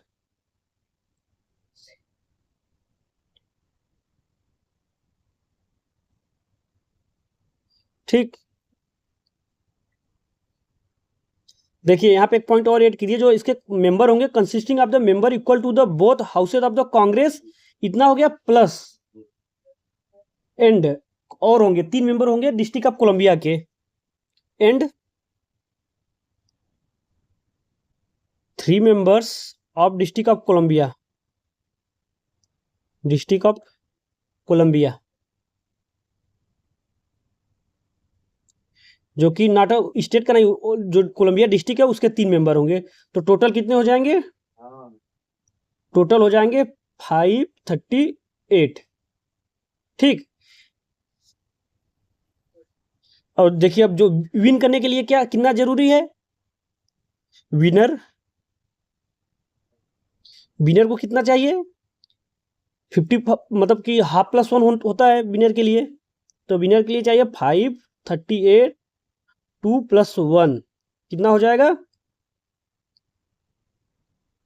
आपका हो जाएगा 269 +1 मीन्स 270। 270 वोट्स किसको, विनर के लिए, मतलब प्रेसिडेंट बनने के लिए 270 वोट्स चाहिए। ठीक। अब देखिए जो इलेक्टोरल कॉलेज के जो मेंबर होंगे वो क्या होंगे, टेम्पोरली होंगे। एक देखिए इसके जो इलेक्शन करेंगे प्रेसिडेंट का, उसके बाद क्या होगा, वो बॉडी डिजॉल्व हो जाएगा, परमानेंट बॉडी नहीं है। और एक देखिए अगर कोई भी मेंबर अगर इतना 270 पाने में क्या रहा, मेजोरिटी पाने में असमर्थ रहा, मतलब नहीं पाया। देखिए if no candidate secure a requisite majority, then the house of representative elect the president from the 3 candidates securing the highest votes in the electoral college. There has been 3 such a occasion, 1800, 1820, 400, 1820, 600। देखिए इसमें बताया गया कि अगर कोई भी candidate majority नहीं हासिल कर पाएगा तो उसमें क्या होंगे, जो हमारा हाउस ऑफ रिप्रेजेंटेटिव क्या करेगा, जो सबसे 3 मेंबर होंगे इलेक्टोरल कॉलेज में, जो हाईएस्ट 3 मेंबर होंगे उनमें से डिसाइड करेगा कि कौन प्रेसिडेंट बनेगा कि नहीं बनेगा। देखिए ये तो हो गया मोड ऑफ इलेक्शन, ये क्या था, मोड ऑफ इलेक्शन था।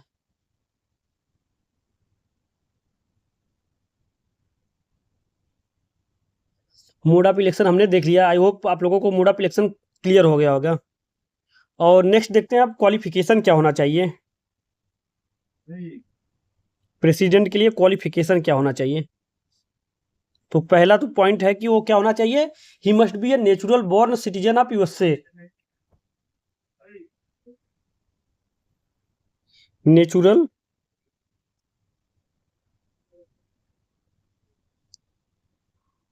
Born citizen of USA. देखिए नेचुरलाइज्ड नहीं होना चाहिए, नेचुरलाइज मतलब जो कि कहीं और पैदा हुए वहां पे जाके सेटल्ड हो गए, नहीं ऐसा नहीं, natural born citizen of USA होना चाहिए। Minimum age should be 35 year,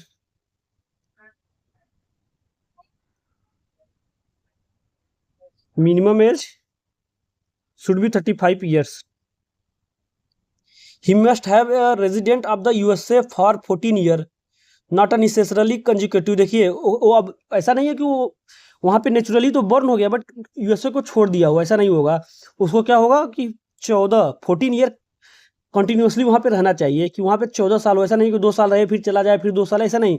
उसको कंटिन्यूसली 14 साल वहाँ पे रहना पड़ेगा।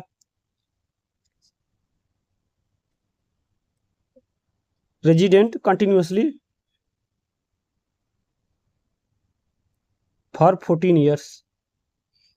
ये सब क्या है? एलिजिबिलिटी है। And he is eligible for re election only once. देखिए एक बार के ज्यादा नहीं बन पाएगा। Re eligible for election only for once. एक बार से ज्यादा नहीं हो पाएगा। The maximum total term for USA president is 10 year. But देखिए जो मैक्सिमम टर्म दिया गया है वो 10 ईयर तक का दिया गया है।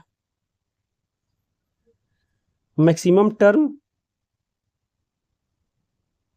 10 ईयर्स। और एक एक टेन्योर कितना होता है? 4 ईयर का। एक टेन्योर हमारा 4 ईयर्स का होता है। सो सब चीजें आप लोग राइट डाउन कीजिए। This provision was added to the constitution by the 22nd amendment of the constitution. देखिए जो ये प्रोविजन है 10 वाला, ये 22nd कॉन्स्टिट्यूशन अमेंडमेंट के द्वारा एड किया गया था।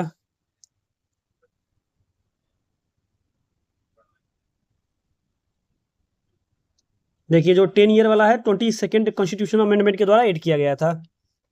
तो ये तो रहा क्वालिफिकेशन। आप देखते हैं रिमूवल, प्रेसिडेंट को रिमूव कैसे कर सकते हैं।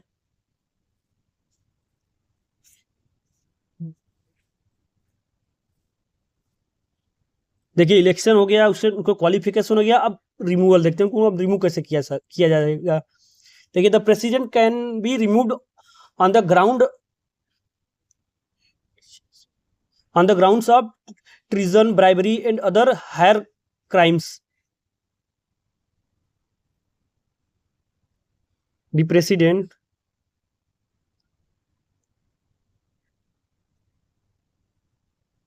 can be removed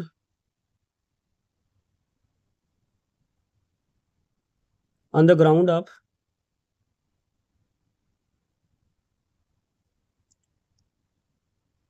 treason, bribery and other higher crimes.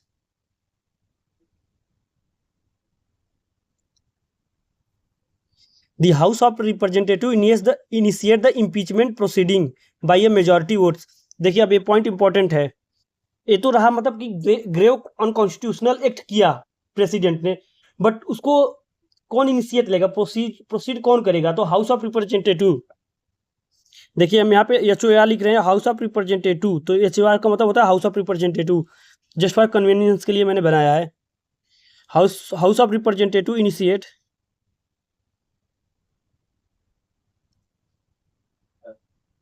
The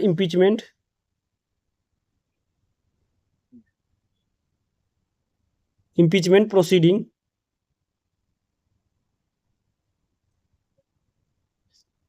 by a majority vote.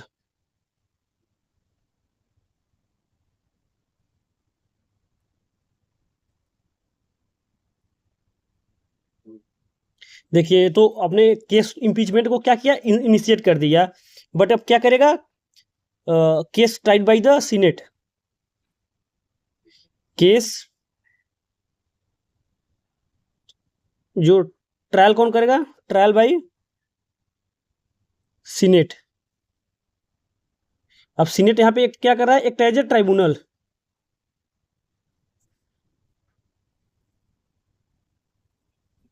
For that period. देखिए जो हमारा सीनेट क्या करेगा? चार्ज को ट्रायल करेगा but act as a tribunal and presided by chief justice. Presided by chief justice of supreme court. और जो उसको जो प्रिसाइड करेगा वो कौन करेगा? चीफ जस्टिस करेगा। If the senate also passes the impeachment resolution by 2/3 majority, the president is declare impeached. देखिए अगर अब तो चार्ज को केस किनके प्रिसाइड में? Chief justice of supreme court के प्रिसाइड में क्या किया? सीनेट ने चार्ज को ट्रायल किया। अगर सीनेट भी क्या करेगा कि वो केस को क्या पाएगा? पास कर देगा। और कितने से? 2/3 मेजोरिटी से अगर वोट पास कर दिया तो फिर क्या होगा? हमारा प्रेसिडेंट रिमूव्ड हो जाएगा। If the senate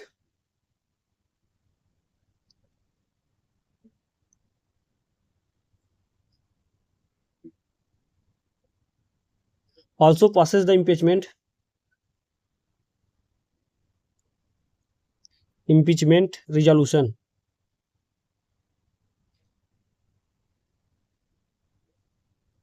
by 2/3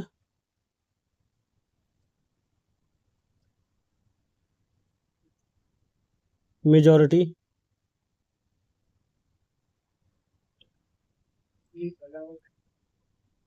Then president is declared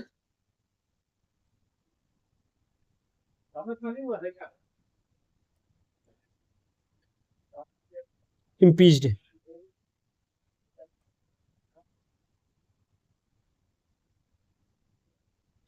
Now we'll see power and function of president.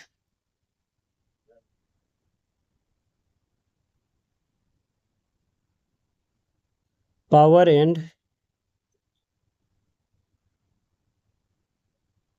function of president.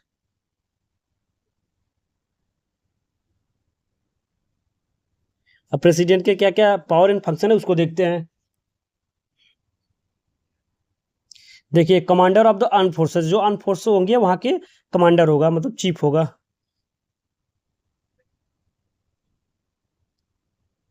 Commander of armed forces.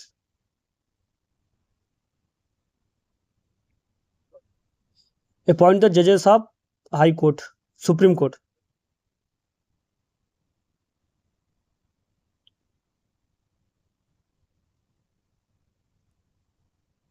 देखिए, आर्म फोर्सेस का क्या होगा, कमांडर होगा, और सुप्रीम कोर्ट के जितने जज होंगे उनको क्या करेगा, अपॉइंट करेगा। Can grant pardon,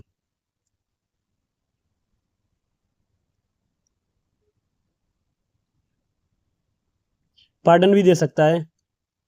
enforce the constitution, federal law, treaties, judicial decision.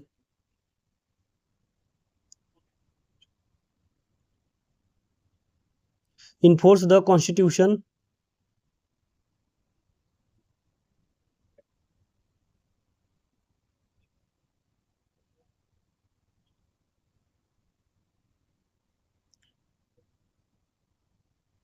Federal law,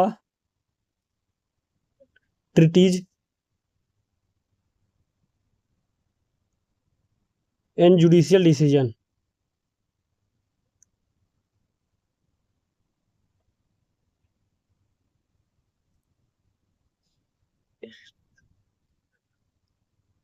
and prepare the nation budget.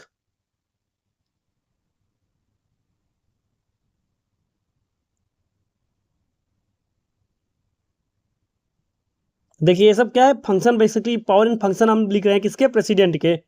तो एक एक करके आप लोग राइट डाउन कर लीजिएगा। देखिए, वहाँ का जो नेशनल बजट बनेगा वो हमारा प्रेसिडेंट के द्वारा रहेगा। एंड नेक्स्ट देखिए, he can give assent to the bill passed by the legislature.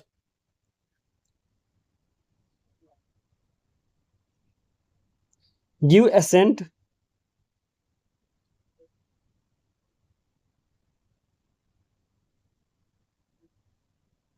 passed by legislature।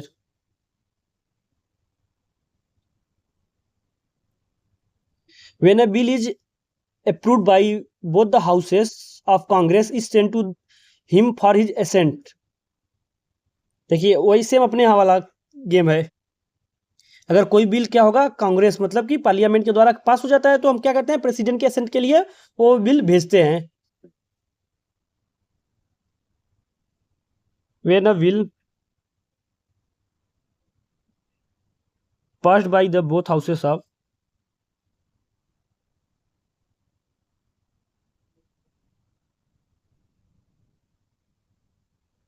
Congress is sent to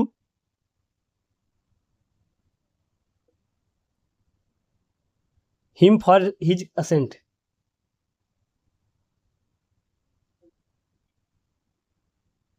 he has 3 option. देखिए, जब आप बिल प्रेसिडेंट के पास आ गया तो president has 3 option. He has 3 option. देखिए, अब bill उनके पास आया तो उनके पास क्या 3 ऑप्शन हो जाते हैं कि वो बिल को क्या करे, बिल के रिगार्डिंग। देखिए, पहला ऑप्शन है he may give assent to the bill and it become an act. अगर देखिए गिव असेंट, या तो क्या करेंगे, अपनी सहमति दे देंगे। एसेंट, देन बिल क्या बन जाएगा, देन बिल क्या हो जाएगा, एक्ट बन जाएगा। पहला पहला कंडीशन तो ये रहा अपना, मतलब प्रेसिडेंट अपना क्या होगा, एसेंट दे देगा, सहमति दे देगा, तो बिल क्या होगा, एक्ट बन जाएगा। एंड दूसरा ऑप्शन देखिए क्या है, he may reject the bill and return it to the Congress within 10 days. या तो क्या करेगा, वो बिल को रिजेक्ट कर देगा, he may reject, may reject the bill and return it to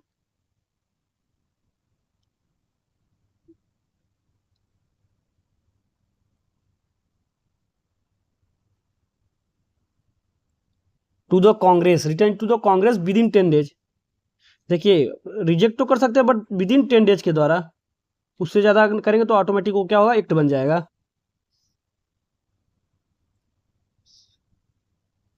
देखिए वही मैं बोला, अगर क्या होगा, अगर but if the same bill is sent again after 2/3 majority to the president, the bill become law and the president has to sign it, qualified veto हो जाएगा।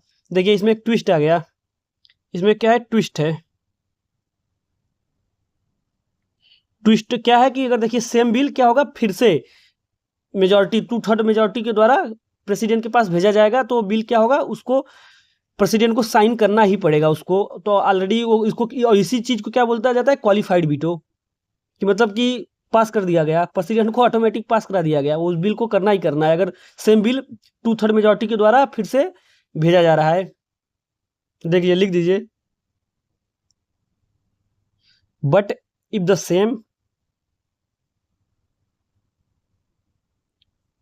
Bill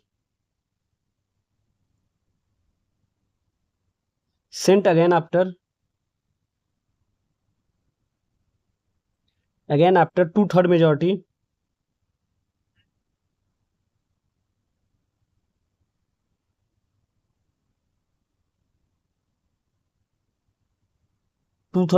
to the president,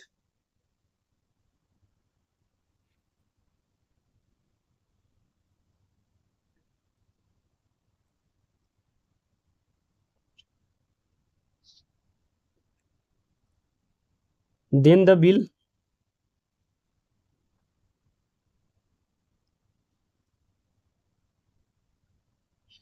become law and president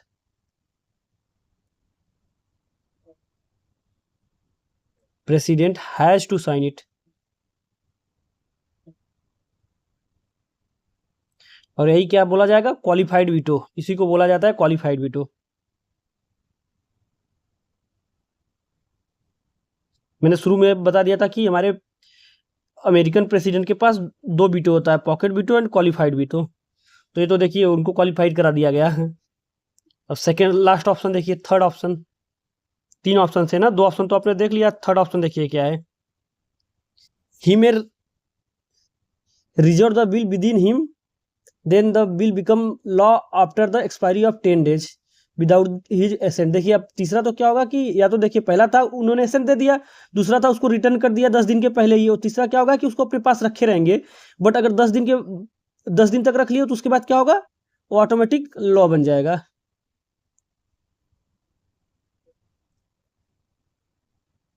ही में reserve the bill with him,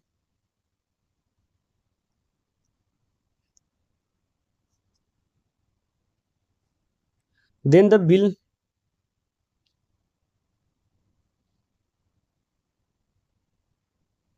becomes law after the expiry of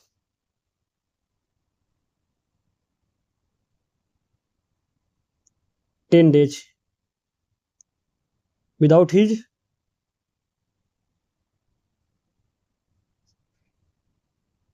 assent। देखिए ये तीनों option हो गए। अब आप पूछोगे पॉकेट वीटो क्या होता है, देखिए यही क्या है, उसको अपने पॉकेट में रख लिया, बट अगर इसी 10 डेज के पहले ही हमारा जो कांग्रेस का सेशन होगा वो इंड हो जाएगा, तो क्या होगा, जो बिल होगा ऑटोमेटिकली खत्म हो जाएगा। इंपॉर्टेंट पॉइंट है, देखिए, if the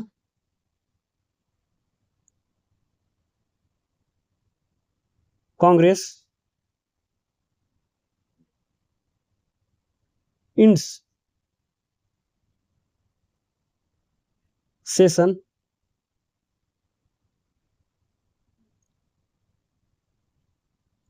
before 10 days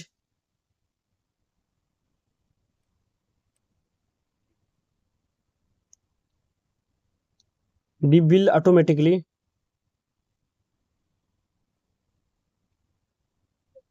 dies। और यही क्या हुआ हमारा, यही हुआ पॉकेट वीटो।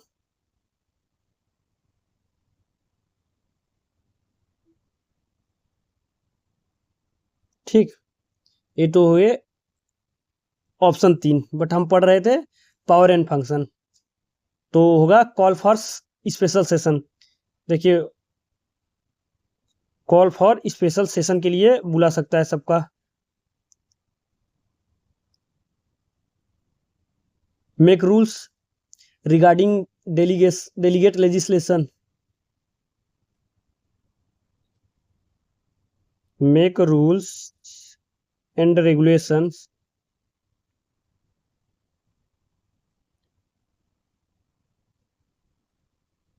देखिए, मेक रूल एंड रेगुलेशन इसको बोलते हैं delegated legislation.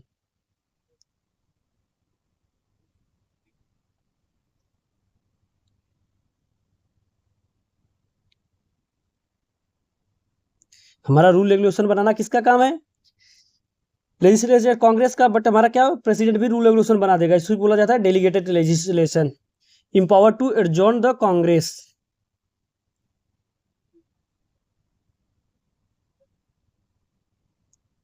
empowered to adjourn the Congress। देखिए, ये तो रहा हमारा power and function of president. I have covered the mode of election of the president, qualification of the president, removal of the president, and then power and functions of the president. Now I have covered the all about president. Now we will see the executive office the president, which is the most important asking topic in the UGC NET public administration। देखिए, जो अब topic आने वाला है कि executive office of the president, maximum top question आपका इसी से फंसेगा, बहुत ही इंपॉर्टेंट टॉपिक है एग्जीक्यूटिव ऑफिस ऑफ प्रेसिडेंट। देखिए, पहले तो टॉपिक का नाम लिख देता हूं,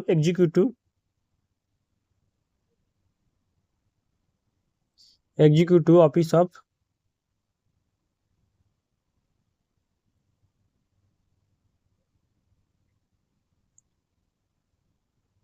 उसको बोलते हैं EOP, executive office of the president. Basically देखिए, एग्जीक्यूटिव ऑफिस ऑफ प्रेसिडेंट क्या है, बेसिकली स्टाफ एजेंसीज का क्या है, एक समूह है, ग्रुप है। इसमें क्या होंगे कि कुछ ढेर सारे स्टाफ एजेंसीज होंगे जो एक प्रेसिडेंट को क्या करेंगे, हेल्प करेंगे डे टू डे लाइफ में, जो पॉलिसी मेकिंग होगा, जो डिसीजंस होंगे, जो प्लान्स होंगे, जो सिक्योरिटी से रिलेटेड चीजें होंगे, जो डिफेंस से रिलेटेड चीजें होंगे, आईटी से रिलेटेड चीजें होंगे, मतलब हर एक एक्टिविटीज में हमारा प्रेसिडेंट के सारे कामों में क्या करेंगे, हेल्प करेंगे। तो ये सारे क्या होंगे, डिफरेंट डिफरेंट कुछ एजेंसीज है, तो उस एजेंसी के ग्रुप को हम क्या बोलते हैं, पूरा एग्जीक्यूटिव ऑफिस ऑफ प्रेसिडेंट। देखिए, बेसिकली हमारा प्रेसिडेंट क्या है, एग्जीक्यूटिव है, बट एग्जीक्यूटिव है तो उसके ऑफिस में कुछ क्या होंगे, स्टाफ एजेंसीज होंगे, उनको मतलब हेल्प करने के लिए डिपार्टमेंट्स होंगे, एजेंसीज होंगे, तो उनके सारे ग्रुप को मिला के क्या बना, एक बोला गया कि executive office of president, EOP. देखिए, इसको भी हम पॉइंट वाइज से समझा देते हैं ताकि इजी हो आप लोग को याद करने में। It consist of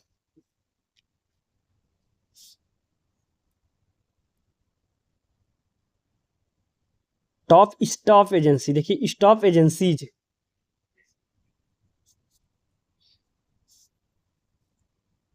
which aid in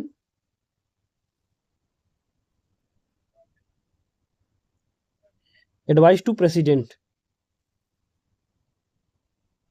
देखिए, इसमें बेसिकली क्या होगा, पॉइंट रिमेंबर हो कि क्या करेंगे, स्टाफ एजेंसीज होंगे जो कि हमारे प्रेसिडेंट को क्या करेंगे, एड एंड एडवाइस करेंगे।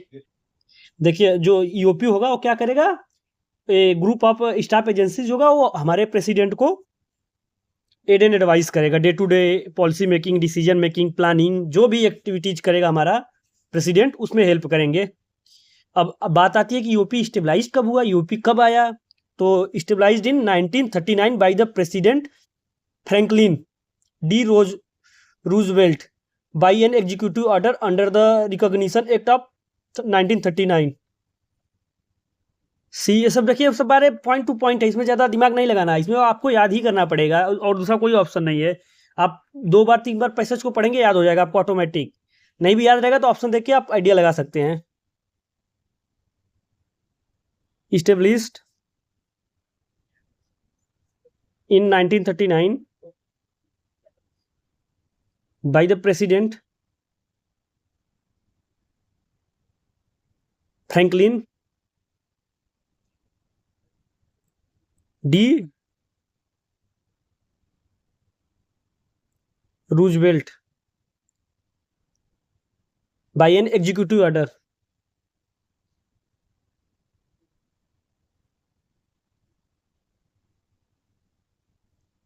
under the recognition act of 1939।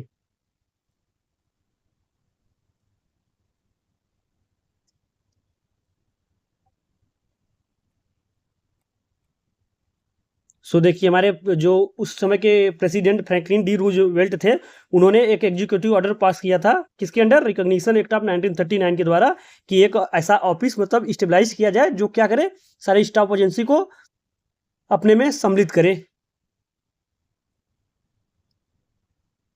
Next, it consist of, अब तो ये हो गया आपका यूओपी। अब देखते हैं यूपी के बारे में। आपने ये जाना कि ये हमारा क्या है, ग्रुप ऑफ स्टाफ एजेंसीज है, जो कि टॉप स्टाफ एजेंसीज है, जो कि एड एंड एडवाइस करेंगे प्रेसिडेंट को, and stabilize in 1939 by the president Frank D Roosevelt by an executive order under the recognition act of 1939। Now see it consist of, अब इसके अंदर जो स्टाफ एजेंसीज है एक एक करके उसको हम पढ़ेंगे।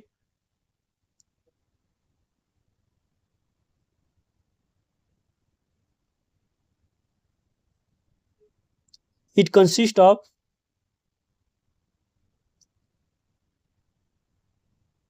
देखिए व्हाइट हाउस ऑफिस, देखिए व्हाइट हाउस ऑफिस अब हमारा यूओपी के अंदर आता है, बट क्रिएट पहले हुआ था। सो क्रिएटेड इन 1789 एंड कंटेंट क्या करेगा, इसमें एडवाइजर्स होंगे जो हमारे प्रेसिडेंट के डे टू डे लाइफ को, क्या मतलब लाइफ में जो उनके डिसीजन मेकिंग, प्लानिंग सब में क्या करेंगे, हेल्प करेंगे। It contain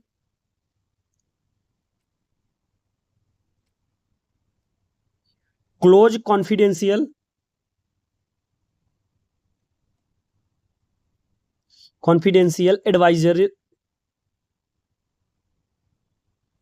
advisers and personal assistant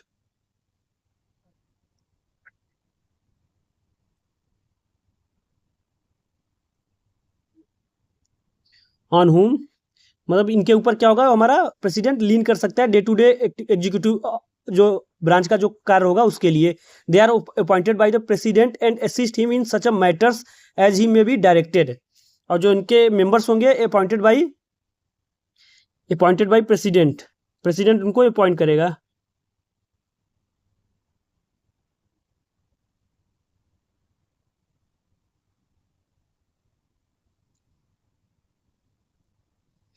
और ये जो इनके मेंबर होंगे वो क्या करेंगे, कांग्रेस से, मतलब कि जो वहाँ का पार्लियामेंट होगा उससे क्या करेंगे, कम्युनिकेट करेंगे। सारा उन्हीं से, मतलब लाइजनिंग में रहेंगे ना, प्रेसिडेंट को क्या करना है, क्या डिसीजन लेना है, सारा कम्युनिकेशन करते रहेंगे। They facilitate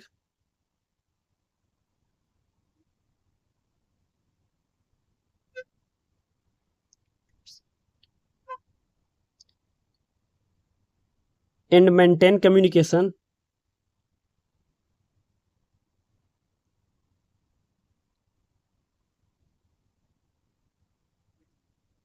with the Congress.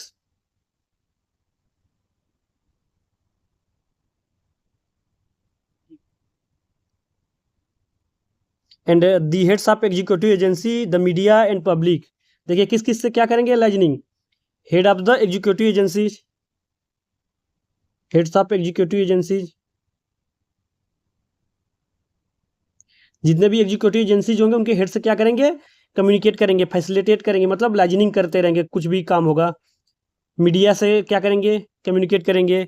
And public, इन सब से उनका काम क्या होगा, इंटरेक्शन का काम होगा उनसे, मतलब जो भी चीज़ें डेटा चाहिए वो सब लेंगे, और जो भी स्कीम वगैरह होगा वो डायरेक्ट उनसे हेड ऑफ एग्जीक्यूटिव डिपार्टमेंट से क्या करेंगे, कॉन्टेक्ट करेंगे।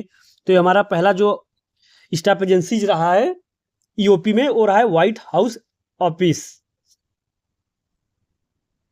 सी जो नेक्स्ट ऑफिस है, office of management and budget, OMB। देखिए अब office of management and budget में जो हेड रहेगा, वहां पे हेड रहेगा वो क्या होगा, डायरेक्टर होगा, headed by director.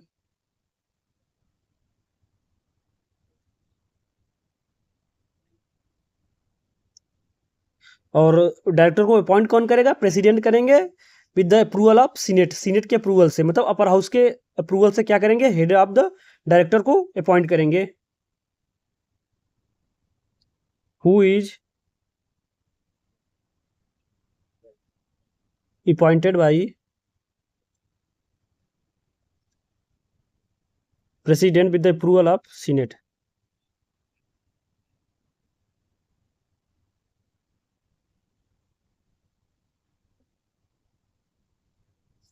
And it is the president major staff agency in physical, legislative and administrative management. देखिए office of management and budget का क्या है, फिजिकल का काम, बजट बनाना। तो ये क्या है हमारा, it is the major, it is the president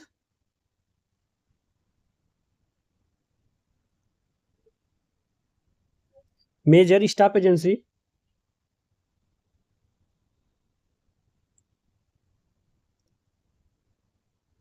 in physical, legislative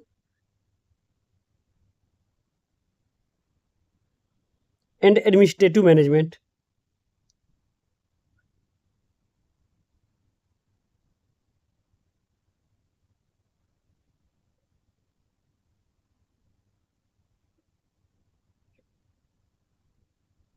और जिसका मेजर फंक्शन होगा वो क्या होगा, मेजर फंक्शन जो होगा इस एजेंसी का होगा फेडरल बजट को बनाना, prepare and administer, prepare and administer federal budget.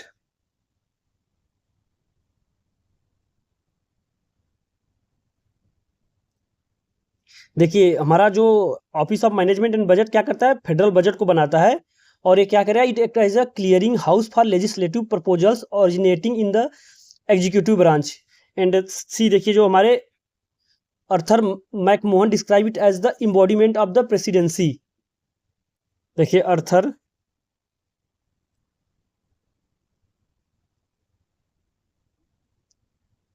McMahon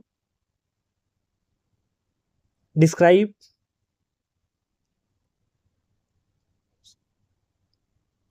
it as the इम्बॉडीमेंट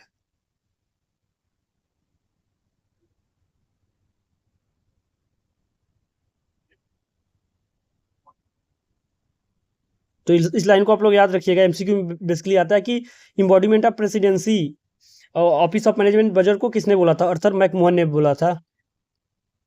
and important point देखिए, the office of management and budget, office of management and budget was created in 1970, was created in 1917, 1970 में by an executive order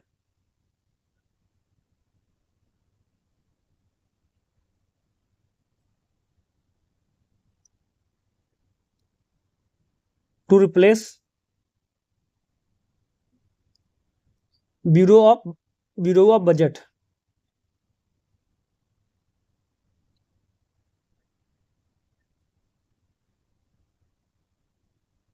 देखिए जो 1917 के पहले, 1970 के पहले जो bureau of budget होता था वो डिपार्टमेंट ऑफ ट्रेजरी का भाग होता था और ये बजट का काम ये करता था, bureau of budget.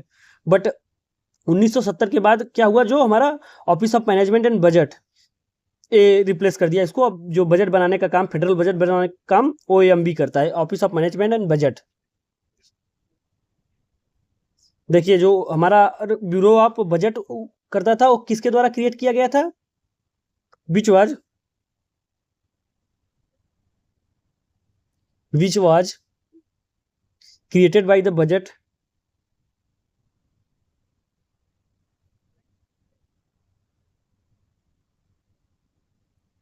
Budget and accounting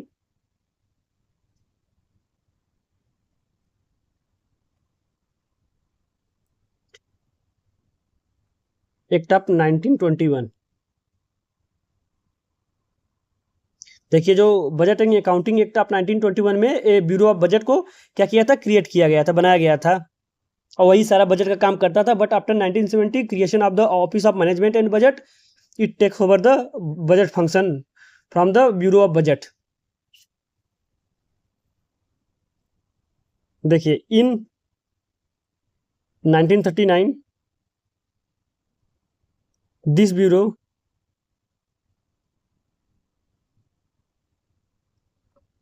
of budget was transferred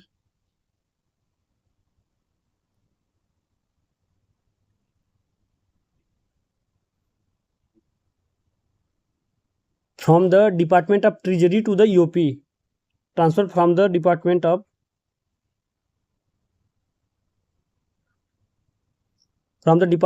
Treasury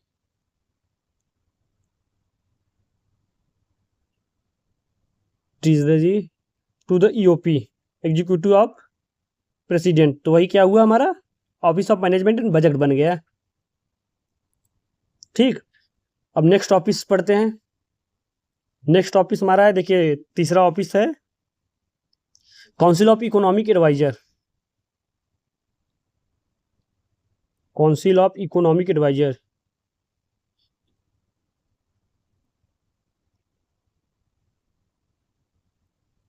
council of economic adviser. See देखिए हमारा जो तीसरा ऑफिस है काउंसिल ऑफ इकोनॉमिक एडवाइजर, अब इसके बारे में पढ़ते हैं। So first, stabilised by the Congress through the employment act of 1946।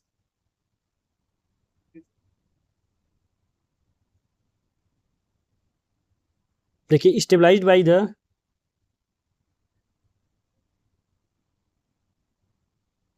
Congress through its employment act of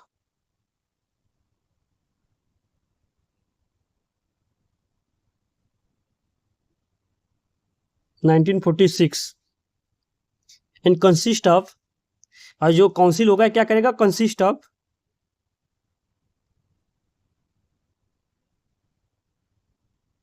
3 eminent economic adviser.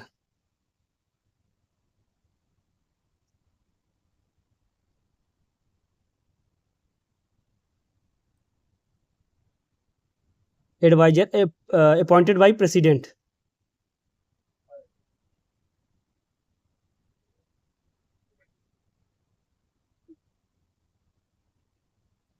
And function देखिए इसका क्या क्या है फंक्शन, इस एजेंसीज का function night dot analysis and approval of the national economic, analysis and approval of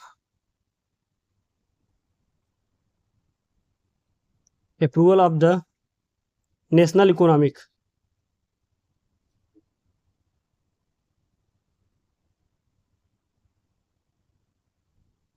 and see next office देखिए, ये सब देखिए छोटे छोटे ऑफिस है, उसके बारे में ज़्यादा नहीं लिखा रहा हूँ, बस थोड़ा थोड़ा फंक्शन उनके कब क्रिएट किए गए थे, किसके द्वारा क्रिएट किए गए थे, यही से बेसिकली पूछेगा। देखिए 3 हो गया, फोर्थ ऑफिस पढ़ते हैं। फोर्थ ऑफिस है the national security council.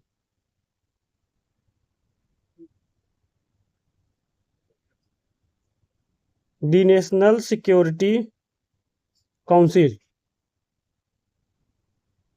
National security council. See, इसके जो देखिए जो नेशनल सिक्योरिटी काउंसिल के जो चेयरमैन होंगे वो होंगे प्रेसिडेंट होंगे।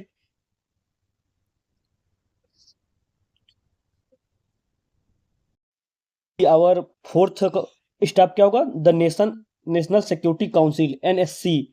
तो देखिए जो एनएससी के चेयरमैन होंगे प्रेसिडेंट होंगे and consist of vice president and security of state and security of the defence. तो देखिए जो national security council staff agency में चेयरमैन प्रेसिडेंट होंगे और उसमें क्या कौन कौन से होंगे, vice president, security secretary of the state and secretary of the defence क्या होंगे, उसके मेंबर होंगे। And stabilised by the national security act of 1947 placed in the EOP in 1949। देखिए ये नेशनल सिक्योरिटी एक्ट जो कि 1947 में हुआ था उसके अंतर्गत ये क्या स्टेबलाइज किया था, और यूओपी में कब आया था, 1949 में। उसके 2 साल बाद यूओपी के अंदर प्लेस्ड कर दिया गया था। And function of national security council, इसका फंक्शन है कि advise and assist president in the integrating domestic foreign military intelligence and economic policy to national security. देखिए इनका मेन पर्पज क्या होगा, ये मतलब कि प्रेसिडेंट को असिस्ट करेंगे किसमें, integrating domestic foreign military intelligence and economic policies to nation security के मैटर में क्या करेंगे, प्रेसिडेंट को एडवाइस करेंगे। तो ये तो रहा हमारा नेशनल सिक्योरिटी काउंसिल के बारे में। अब फिफ्थ स्टाफ एजेंसी देखते हैं। फिफ्थ है the office of the US trade representative. दिखे यूएस ट्रेड रिप्रेजेंटेटिव, मतलब ये स्टाफ एजेंसी क्या करेगा, प्रेसिडेंट को जितने भी ट्रेड ट्रेड का काम होगा उसमें क्या करेगा, असिस्ट करेगा। तो देखिए created in 1963 by an executive order. देखिए बाय एन एग्जीक्यूटिव ऑर्डर के द्वारा 1963 में क्या किया था, स्टेबलाइज किया था। And placed in EOP by the trade act of 1974। और यूओपी में कब आया, यूओपी के अंदर आया 1974 में। And headed by United state trade representative. देखिए यूनाइटेड स्टेट के ट्रेड के रिप्रेजेंटेटिव जो है वो उसको क्या करेंगे, इस स्टाफ एजेंसी को हेड करेंगे। Responsible for directing all trade negotiation and formulating trade policy. और इनका काम रहेगा कि जितने भी trade negotiation and formulation policy होगा उसको क्या करेंगे, निगोशिएट करेंगे, उसके रिस्पॉन्सिबल होंगे। एंड सिक्स स्टाफ एजेंसी देखिए the council of environmental qualities. Environmental qualities नाम से ही पता चला कि जितना भी इन्वायरमेंट से रिलेटेड पॉलिसीज फॉर्मुलेशन होगा वो सब कौन करेगा, the council of environmental qualities. देखिए stabilized in EOP by a national environmental policy act 1969। 1969 में नेशनल इन्वायरमेंटल पॉलिसीज एक्ट के अंतर्गत क्या किया था, ये यूपी में स्टेबलाइज किया था, यूपी में स्टेबलाइज हुआ था। Consist of 3 environmentalist appointed by president with the approval of senate. देखिए इसमें कौन कौन से होंगे, 3 इन्वायरमेंटलिस्ट होंगे अपॉइंटेड, जो कि appointed by the president and approved by the senate होंगे। एंड फंक्शन देखिए develop and recommends national policies regarding environment. अब ये नेशनल पॉलिसीज को क्या करेंगे, रिकमेंड एंड डेवलप करेंगे, जो भी होगा इन्वायरमेंटल के रिगार्डिंग होगा। देखिए सेवेंथ स्टाफ एजेंसी देखिए the office of science and technology policy. अब नाम से ही पता है कि साइंस एंड टेक्नोलॉजी के रिगार्डिंग जितना भी काम होगा वो सब ये ऑफिस करेगी। See stabilized within EOP by the national science and technology policy organization and priorities act of 1976। देखिए 1976 जो technology and policy organization priorities act था उसके तहत क्या किया था, विद इन द यूओपी क्या हुआ था, स्टेबलाइज्ड हुआ था। Now see the function advise president on science and technology matter. Next देखिए जो हमारा 8 स्टाफ एजेंसी है the office of national drug council. Drug council देखिए नार्कोटिक वाला जितना काम होगा ये ऑफिस करेगी। See headed by director appointed by the president with the approval of Senate, stabilized by the national narcotic leadership act of 1988। देखिए जो national narcotic leadership act के द्वारा ये स्टाफ एजेंसी क्रिएट किया गया था, किसमें, 1988 में। नेक्स्ट देखिए 9th number office of the administration. अब देखिए ऑफिस ऑफ द एडमिनिस्ट्रेशन ये इसका फंक्शन ये रहेगा कि जितने भी यूपी के अंदर स्टाफ एजेंसी है उनके कामों को क्या करेगा, उनको आपस में क्या करेगा, मेंटेन करेगा। देखिए it provides administrative support to all units, और एडमिनिस्ट्रेटिव सपोर्ट प्रोवाइड करेगा सारे यूनिट्स को। Stabilised within UP in 1977 by executive order. Next देखिए 10th number office of inter governmental affairs. Inter governmental affairs देखिए it was stabilised in 1955। 1955 में stabilise हुआ था। Serve as the front door of to White House through which local county tribal and state government can participate in and inform the work of the president. देखिए office of the inter governmental affairs का main purpose है कि जो हमारे local government होगा, local administration होगा, उसको basically president से क्या करना, इंटरेक्ट करना, उनसे मतलब पार्टिसिपेट करना उनके थ्रू। इसी देखिए इसी एजेंसी के थ्रू हमारे लोकल गवर्नमेंट प्रेसिडेंट के जो डिसीजन मेकिंग उसमें क्या होंगे, पार्टिसिपेट करेंगे। 11 देखिए office of public engagement. Office of public engagement देखिए एक कब क्रिएट किया गया था, एक क्रिएट किया गया था 1974 में। Office of public engagement stabilise in 1974, earlier known as the office of public liaising. इससे पहले इसका नाम था office of public liaising. Important point है, नोट डाउन कर लीजिए। It support the president's good of building a government that is inclusive, transparent, accountable and responsible to citizen. देखिए office of public engagement का मेन पर्पस था कि जितने भी मतलब प्रेसिडेंट के बिल होते हैं, प्रेसिडेंट के विजन होते हैं कि हमारे जो गवर्नमेंट हो कैसा हो, ट्रांसपेरेंट हो, रिस्पॉन्सिबल हो, इंक्लूसिव हो, अकाउंटेबल हो। तो ये क्या करेगा, ऑफिस ऑफ पब्लिक एंगेजमेंट यही क्या करेगा, इंश्योर करेगा कि ये सब चीजें सही से चल रही है कि नहीं चल रही है। नेक्स्ट 12 नंबर देखिए नेशनल स्पेस काउंसिल। स्पेस से रिगार्डिंग जितना भी काम होगा वो ये ऑफिस करेगा। देखिए stabilise by the national aeronautic and space administration authorisation act of 1989। देखिए इस एक्ट के थ्रू ये बनाया गया था 1989 में। Assist president on the formulation and implementation on space policy and strategy. 30 number देखिए domestic policy council. Domestic policy council created in 1993 by an executive order. EO means executive order होता है, ठीक। फंक्शन देखिए इस डोमेस्टिक पॉलिसी काउंसिल का function है coordinate domestic policy making. देखिए जितने भी डोमेस्टिक काम होंगे, डोमेस्टिक के रिलेटेड डिसीजन मेकिंग होंगे, उससे कोऑर्डिनेशन होगा, पॉलिसी मेकिंग होगा, सब ये डोमेस्टिक पॉलिसी काउंसिल करेगा। Now see 14 number national economic council. National economic council, अब देखिए जितने भी नेशनल लेवल के इकोनॉमिक काम होंगे, फिजिकल रिलेटेड चीजें होंगे, ये नेशनल इकोनॉमिक काउंसिल करेगा। देखिए it was stabilize in 1993 by an executive order. Function देखिए to coordinate policy making for domestic and international economic issues. Economic issues का जितना भी काम होगा ये करेगा। इकोनॉमिक पॉलिसी एडवाइज करेगा प्रेसिडेंट को। नेक्स्ट देखिए 15 number gender policy council. Gender policy council देखिए it was created in 2021 by an executive order. देखिए 2021 में जेंडर पॉलिसी काउंसिल बनाया गया था, 2021 में एग्जीक्यूटिव के ऑर्डर के द्वारा, टू एडवांस जेंडर इक्विटी। और जो जेंडर इक्विटी है उसको क्या करना, एडवांस में इंपावर करना। तो these are the staff agency within the EOPs. देखिए सब हमने आपको कवर कर दिया कितने भी स्टाफ एजेंसी यूओपी में आते हैं। तो बेसिकली सब पूछते हैं कि कौन कौन से यूओपी के पार्ट है, ऐसे एमसीक्यू आएगा, तो इसको आप लोग ध्यान करिएगा अच्छे से।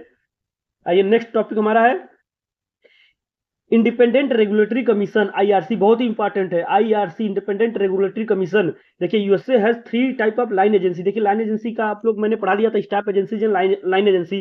तो अभी हमने स्टाफ एजेंसी तो कवर कर दिया जो कि यूपी के अंदर आते हैं, बट अब हम कवर करेंगे लाइन एजेंसी। यूएसए में कितने मेनली लाइन एजेंसी है, तो यूएसए में बेसिकली 3 लाइन एजेंसी है। कौन कौन से डिपार्टमेंट्स बोला जाता है, एक टाइप को, दूसरे टाइप को पब्लिक कॉर्पोरेशन बोला जाता है, थर्ड टाइप को आईआरसी बोला जाता है। आईआरसी मतलब इंडिपेंडेंट रेगुलेटरी कमीशन, और इसी के बारे में आपके सिलेबस में है। तो आइए देखते हैं आईआरसी क्या है। आईआरसी देखिए it is stabilise to undertake public regulation and control of private economic activities and promote property with the aim of protecting and promoting social interest. देखिए बेसिकली जितने भी प्राइवेट कंपनी या प्राइवेट चीजों से related होगा उससे क्या करेगा ये कंपनी, आईआरसी हमारा क्या करेगा, इंटर रिलेट करेगा। इसका मेन फंक्शन यही है कि it control the economic activities and private property. जितने भी इकोनॉमिक एक्टिविटीज होंगे प्राइवेट वालों का, और उनके प्रॉपर्टी को क्या करेगा, कंट्रोल करेगा। The first IRC called interstate commerce.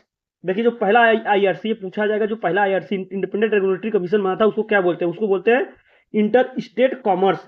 Was set up in 1887। देखिए एमसीक्यू में आता है, बहुत इंपॉर्टेंट है। First IRC called interstate commerce set up in 1887, ये आता है पॉइंट, इसको आप लोग नोट कर लीजिएगा। एंड उस समय कितने थे, देयर आर 9 आईआरसी थे, 9 आईआरसी थे। Let's see the features of IRC. Now see the features of IRC stabilise outside executive departments and presently 14।